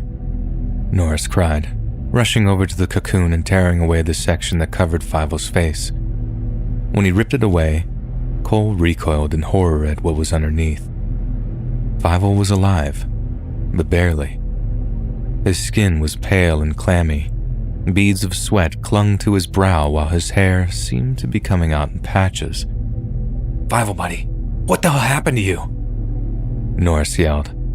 But all Fievel could manage was a weak groan as the men commenced to strip the warm, moist pulp from around his body. "We're gonna get you out of here, man. I promise. It's okay. Everything's gonna be okay now," Cole added. But he knew it was a lie the moment the words touched his tongue. Fievel was barely conscious, wheezing and struggling for breath. At last, Reeves had seemed to pull away enough of the cocoon to reveal Fievel's right arm, stuck in place by the grotesquely sticky substance. He took hold of it, preparing to wrench it free when Fievel finally spoke. At first, it was just a whisper, so faint it was impossible for any of the men to make out. Please, he stammered. Shoot me. Don't talk like that, man. We're gonna get you out of here, into the hospital in no time, Norris insisted. Reeves passed the flare to Cole, instructing him to hold it above his head to illuminate their grisly work. Don't yank it. Gradually pull it free. We'll break the bone otherwise, Reeves said to Norris. Ready? 3, 2, 1. They pulled, and Fievel's arm came free from the sticky pulp of the cocoon, but it came alone. His arm had snapped right at the elbow. But instead of fresh blood flowing from the open wound, maggots, thick and wriggling, seeped from the exposed rotten flesh and fell to the infested ground below. Fievel yelped pathetically, his eyes rolling in their sockets as more of the same squirming maggots began to crawl out from his nostrils. Cole watched as one of his eyelids wriggled and pulsed for a moment before bursting open with the force of a thick black beetle's pincer-like mouthparts. The men were repulsed, dumbstruck and terrified by the sight of their companion's body falling apart before their eyes. But the horror paled in comparison to which they felt when they realized that they were no longer alone. Across the cave, bathed in the flickering red light of the road flare, stood a dark figure. The men froze for a moment as they stared him down, not daring to make a sound as the figure stood statue still just feet away from them. Cole couldn't see the man's face, only the black silhouette across the cave, but there was something deeply unnatural about his posture, something inhuman. Cole, Reeves whispered. The rifle.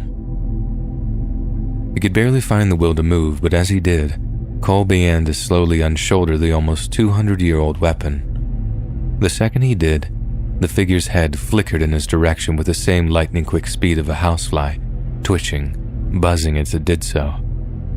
Yet as soon as Cole began to bring the old rifle's sights down towards it, the figure seemed to crumble before his very eyes. The thing's entire body seemed to disintegrate into the tiniest of pieces, melting into the insect-infested floor around it, becoming one with the writhing, pulsing mass of insect life that lined every possible surface. Reeves sparked another flare, tossing into the center of the cave to provide additional light. The thing was moving, surging among the insects that its very form seemed to consist of. Norris went into a panic, cocking his stubby shotgun over and over again with his prosthetic arm as he pumped buckshot into the swarming masses. Be ready, Cole, Reeves shouted over the hissing and scuttling of insects. When the time comes, be ready. But he could never be ready, not really. And when the time came, he wasn't. Suddenly a patch among the swarm of bugs began to swell, and in what was an eruption of legs and wings and mandibles, the figure had returned. Only this time it was directly behind Norris. Reeves barked a warning, but Norris simply couldn't match the figure's horrifying speed. He spun around with his shotgun, only to be greeted by a torrent of six-legged creatures as the figure crashed over him like a wave. The sound of Norris's screams stretched the men's sanity to its limits. He screeched and choked as millions of tiny biting creatures forced their way into his mouth. They swarmed into his ear canals, tore their way through his fingernails. Anywhere they could, they ripped and tore their way inside of his body. Blood poured from Norris's eyes as his body began to swell with the invading horde of bugs. Oh God! Cole squeaked, the rifle shaking in his grip as he lost track of where the swarm ended and where Norris began. It was through the sights of the old Sharp's rifle that Cole watched as Norris's ravaged body began to heave before finally bursting in a gory shower of organ meat and flesh. By the time Cole had wiped the mess from his eyes, the figure was gone. But something else had joined them now, and it was sitting up on one of the old bed frames in a corner of the cave. It was the little burned girl, and although she didn't make a sound, Cole could see from the look on her face that she was laughing. This time her entire body was completely scorched. Empty eye sockets dripped with the boiled remnants of her eyeballs, which ran down her cheeks like tears of joy. Her hair had been completely burned away, leaving only the swollen, seared flesh beneath. Cole!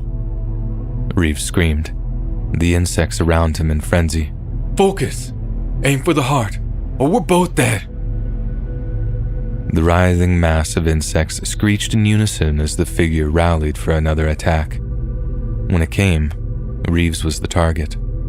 The writhing mass of insects screeched in unison as the figure rallied for another attack. When it came, Reeves was the target. Again, the figure rose up out of the swarm at its quarry's rear, enormous arms forming up and reaching out towards Reeves as it prepared to swallow him whole. Now, Cole! Now! He roared.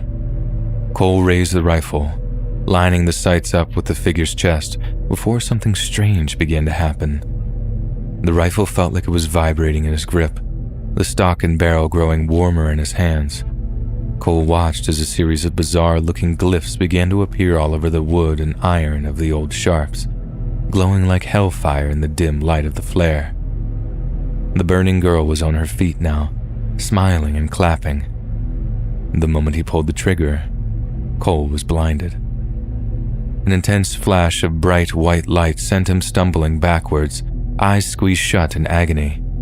When his vision returned, all he saw was flame. The figure before them was burning, and it screamed as it did so. A wretched scream so utterly alien and unholy that Cole had to drop the rifle and shove his fingers in his ears just to block out the sound. The fire burned bright, and it burned quickly as the figure's flailing form crisped and turned to ash before their eyes. When it was over, every insect that remained in the cave lay still, and all that remained of the figure was a pile of smoking powder. Cole watched as Reeves staggered over to the heap, dusted some away, then picked up something that glinted in the dim light. He held it gently, letting it fall into two pieces in his palm, split by the bullet Cole had fired from the old sharps. Reeves smiled, holding it up victoriously for Cole to see. It was crystalline, obsidian black, with a network of arterial chambers running through it like a maze. There were so many questions, but no time to ask them. Let's get the hell out of here, he said, before the pair turned and limped out of the cave into the final few hours of daylight. Cole sat in the passenger seat of Reeves' truck as they drove back north, looking out of the window at a setting sun he felt lucky to be seeing again. It was quiet for a long, long time before anyone spoke. What was that thing? Cole finally asked. It was all he had thought about since escaping the cave. That, my friend, is a question I learned to stop asking many years ago. And what you took from it, it's hard or whatever. What pays you so much to get things like that? You don't need to know, friend. You'll get your money, and that's all that matters. About that, Cole said, I need you to do something for me. What's that, friend? You gotta get Norris and Fivel's shares to their family, right? That's part of the deal. It is, yes. Compensation will be awarded on their behalf, Reeves confirmed. I want you to do something with my money too. And what might that be? Reeves asked. I did something real bad up near Jacksonville, Cole began. There was a fire at my cookhouse. Whole apartment block went up. Some people, they lost their lives. A kid died. A little girl. Cole took a breath to compose himself. I want you to find the girl's family. Give her my share. And where are you going to go with all your money, friend? I think I have an idea. Reeves parked his truck up outside a modern-looking two-story building just a few miles down the road in Naples. Thank you for your help back there, friend. Say the same to you, Cole responded, before unbuckling his seatbelt and climbing out of the truck. Good luck, said Reeves, and there was weight behind those words. Thanks. You too. Cole shut the truck's door, waved off the man he'd never see again, then started off walking towards the nearby building. As he reached a set of stone stairs that led up to the building's entrance, he saw a figure standing at the top of them. It was the little burned girl, only she wasn't burned anymore. Her hair flowed long and brown, her face a healthy pink, and the teddy bear she held in her hand was pristine as the day it was made. She looked down at Cole as he walked up the steps to meet her and smiled. But this time, Cole found it in him to smile back. "Can I help you, sir?" asked a woman from behind a long wooden countertop. Cole had imagined this moment before, but as he looked down at the woman's starched blue uniform and shining silver badge, he'd never imagined it would bring such relief. "Yes, officer. My name is Cole Byrne, and I'm here to turn myself in."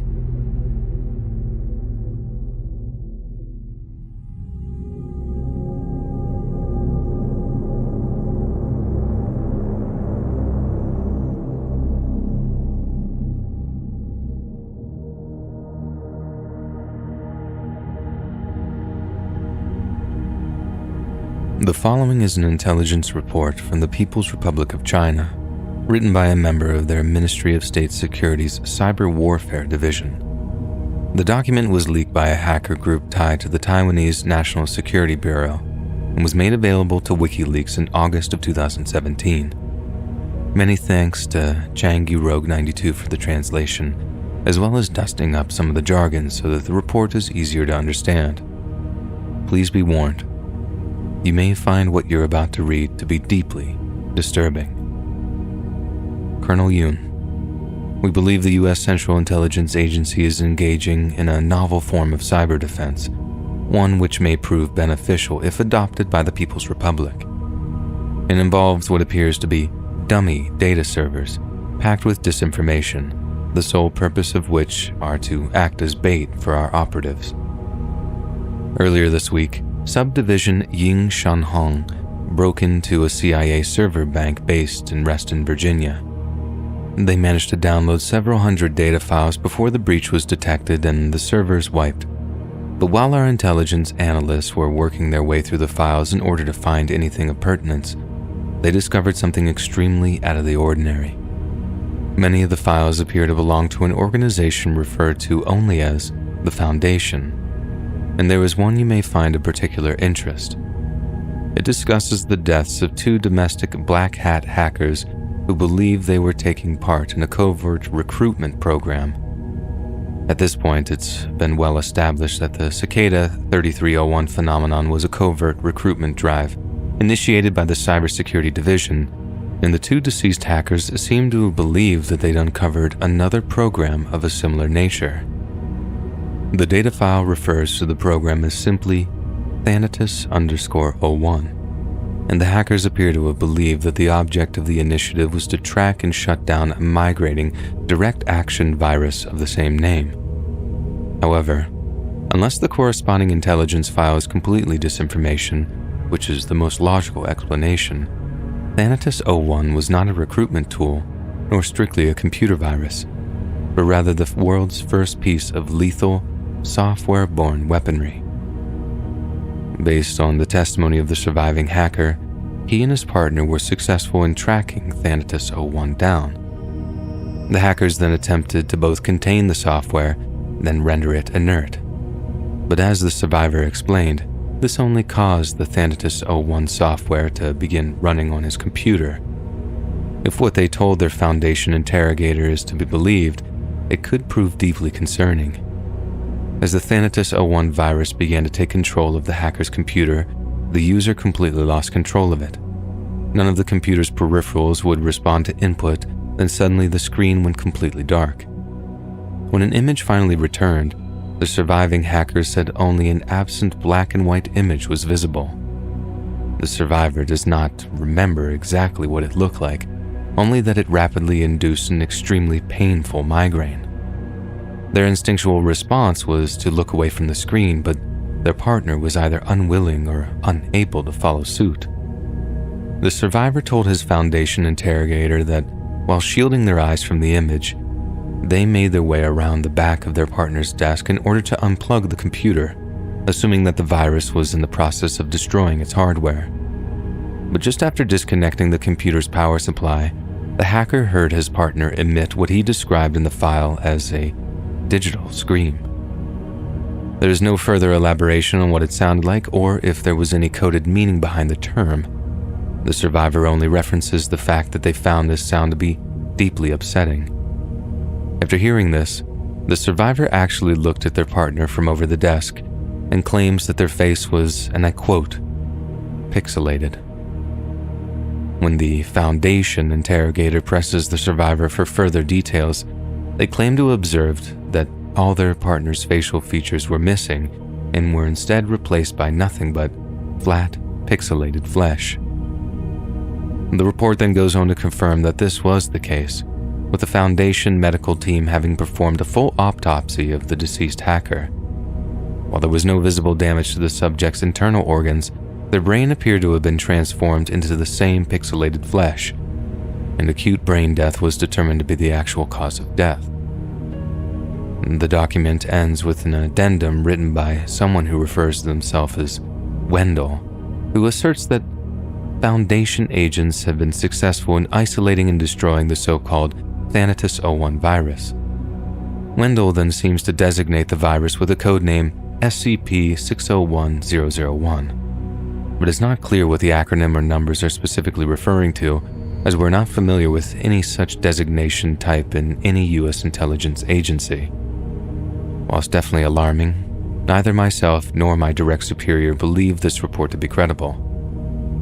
The reference to this Foundation is most likely a code name for the Central Intelligence Agency, and failing this, it could well be an attempt at complex disinformation.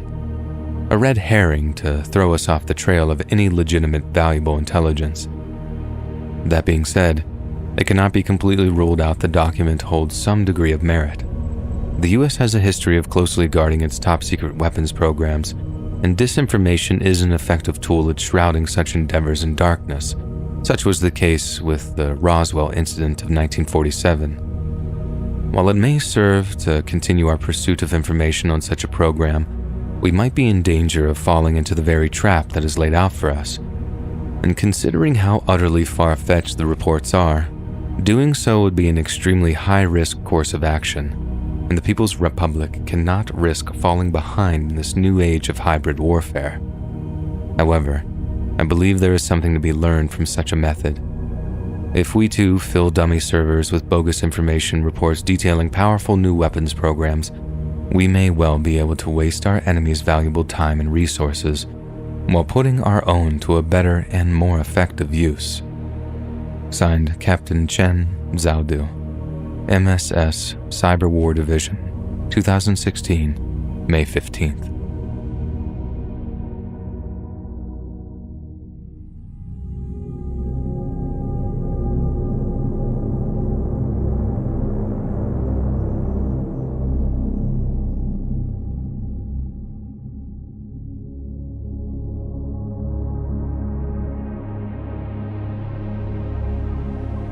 United States Department of Defense, classified document, access restricted to DV security clearance. Distribution will result in arrest and prosecution under Section 2B of the United States Espionage Act, 1917. The following is an excerpt from an interview between the director and operator, 184967, call sign, Cirque. Interview commencing at 1100 hours, dated 11/09/2018. Good morning, sir. How are you feeling today? Outstanding, sir. Ready to begin. Excellent. Now, in your own time, tell us what happened out on Harbor Island. Well, we landed about 4 clicks away from the abandoned properties just before dawn. Our orders were to advance up the beach parallel to Harbor Drive North before locating and detaining any civilians.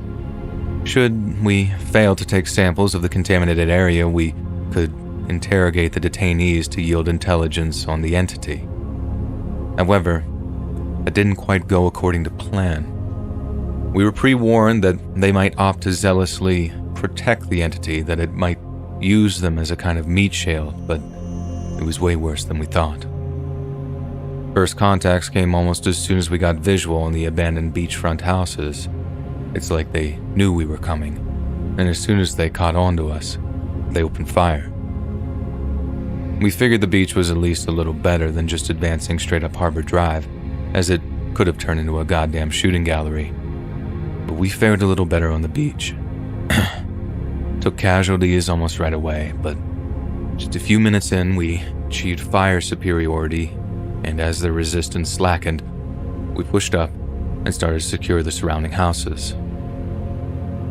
And we already knew from drone reconnaissance that the primary area of contamination was the house closest to the water, so we gave it a wide berth until the combatants were pacified. Not a single one of them surrendered peacefully, and we couldn't figure out why until we found one on death's door.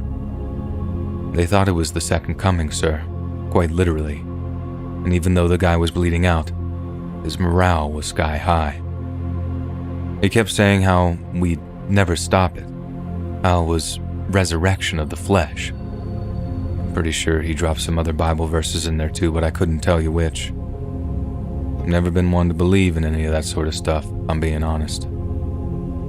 I tried to stabilize him so we'd at least have one guy to bring back to HQ for questioning, but he was just so badly shot up that he bled out, all the same.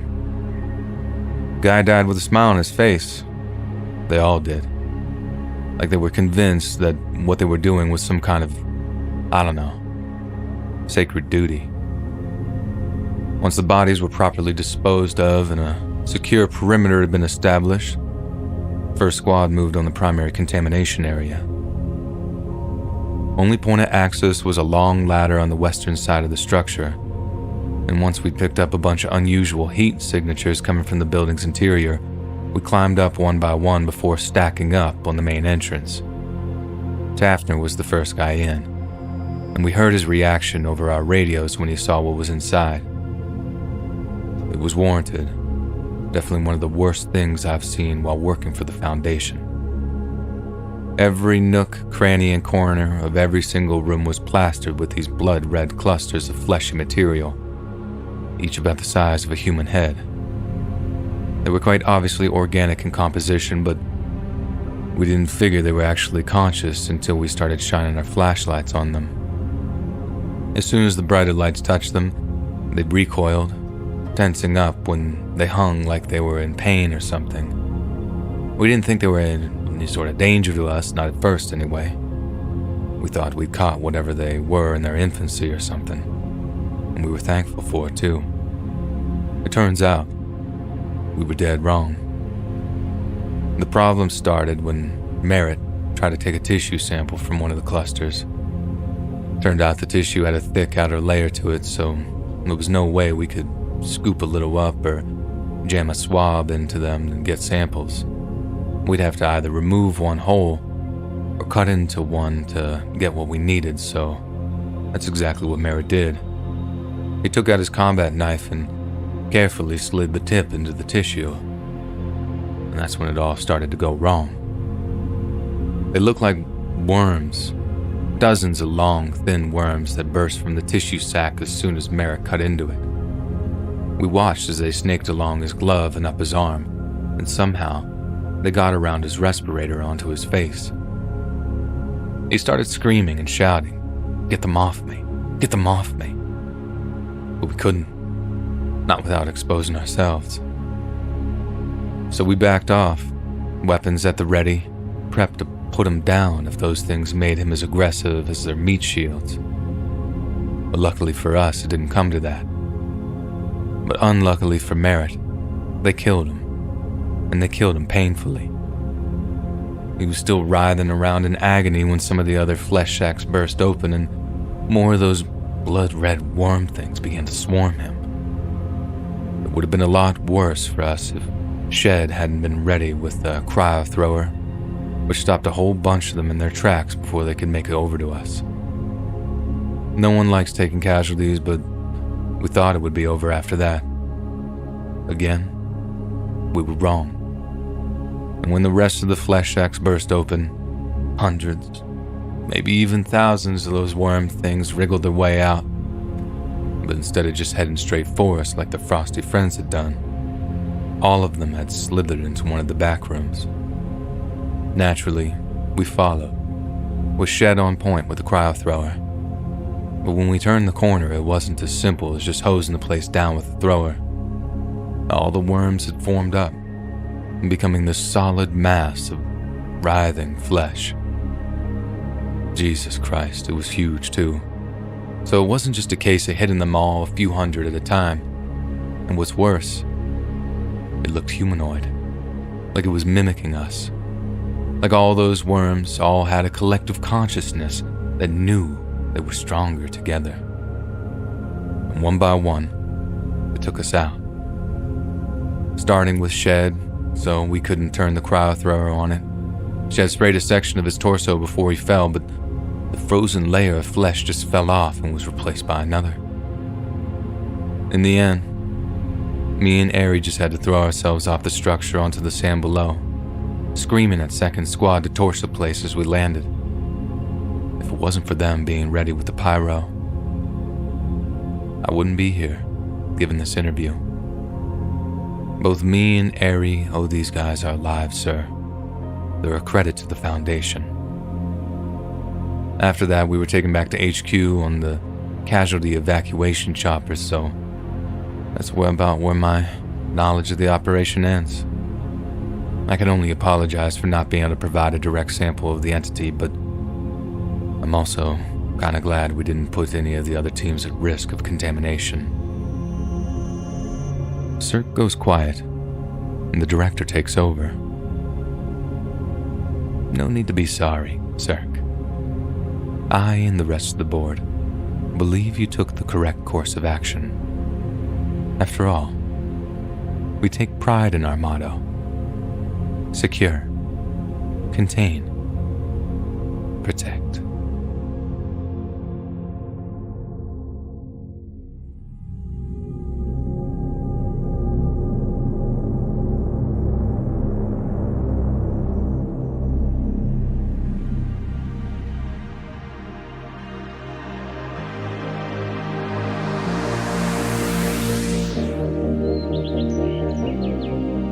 Hey friends, thanks for listening.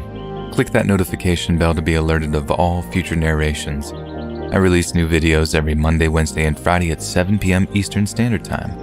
If you got a story, be sure to submit them to my subreddit, r/letsreadofficial, and maybe even hear your story featured on the next video. And if you want to support me even more, grab early access to all future narrations for just $1 a month on Patreon, and maybe even pick up some Let's Read merch on Spreadshirt. And check out the Let's Read podcast, where you can hear all of these stories in big compilations and save huge on data. Located anywhere you listen to podcasts. Links in the description below. Thanks so much, friends, and I'll see you again soon.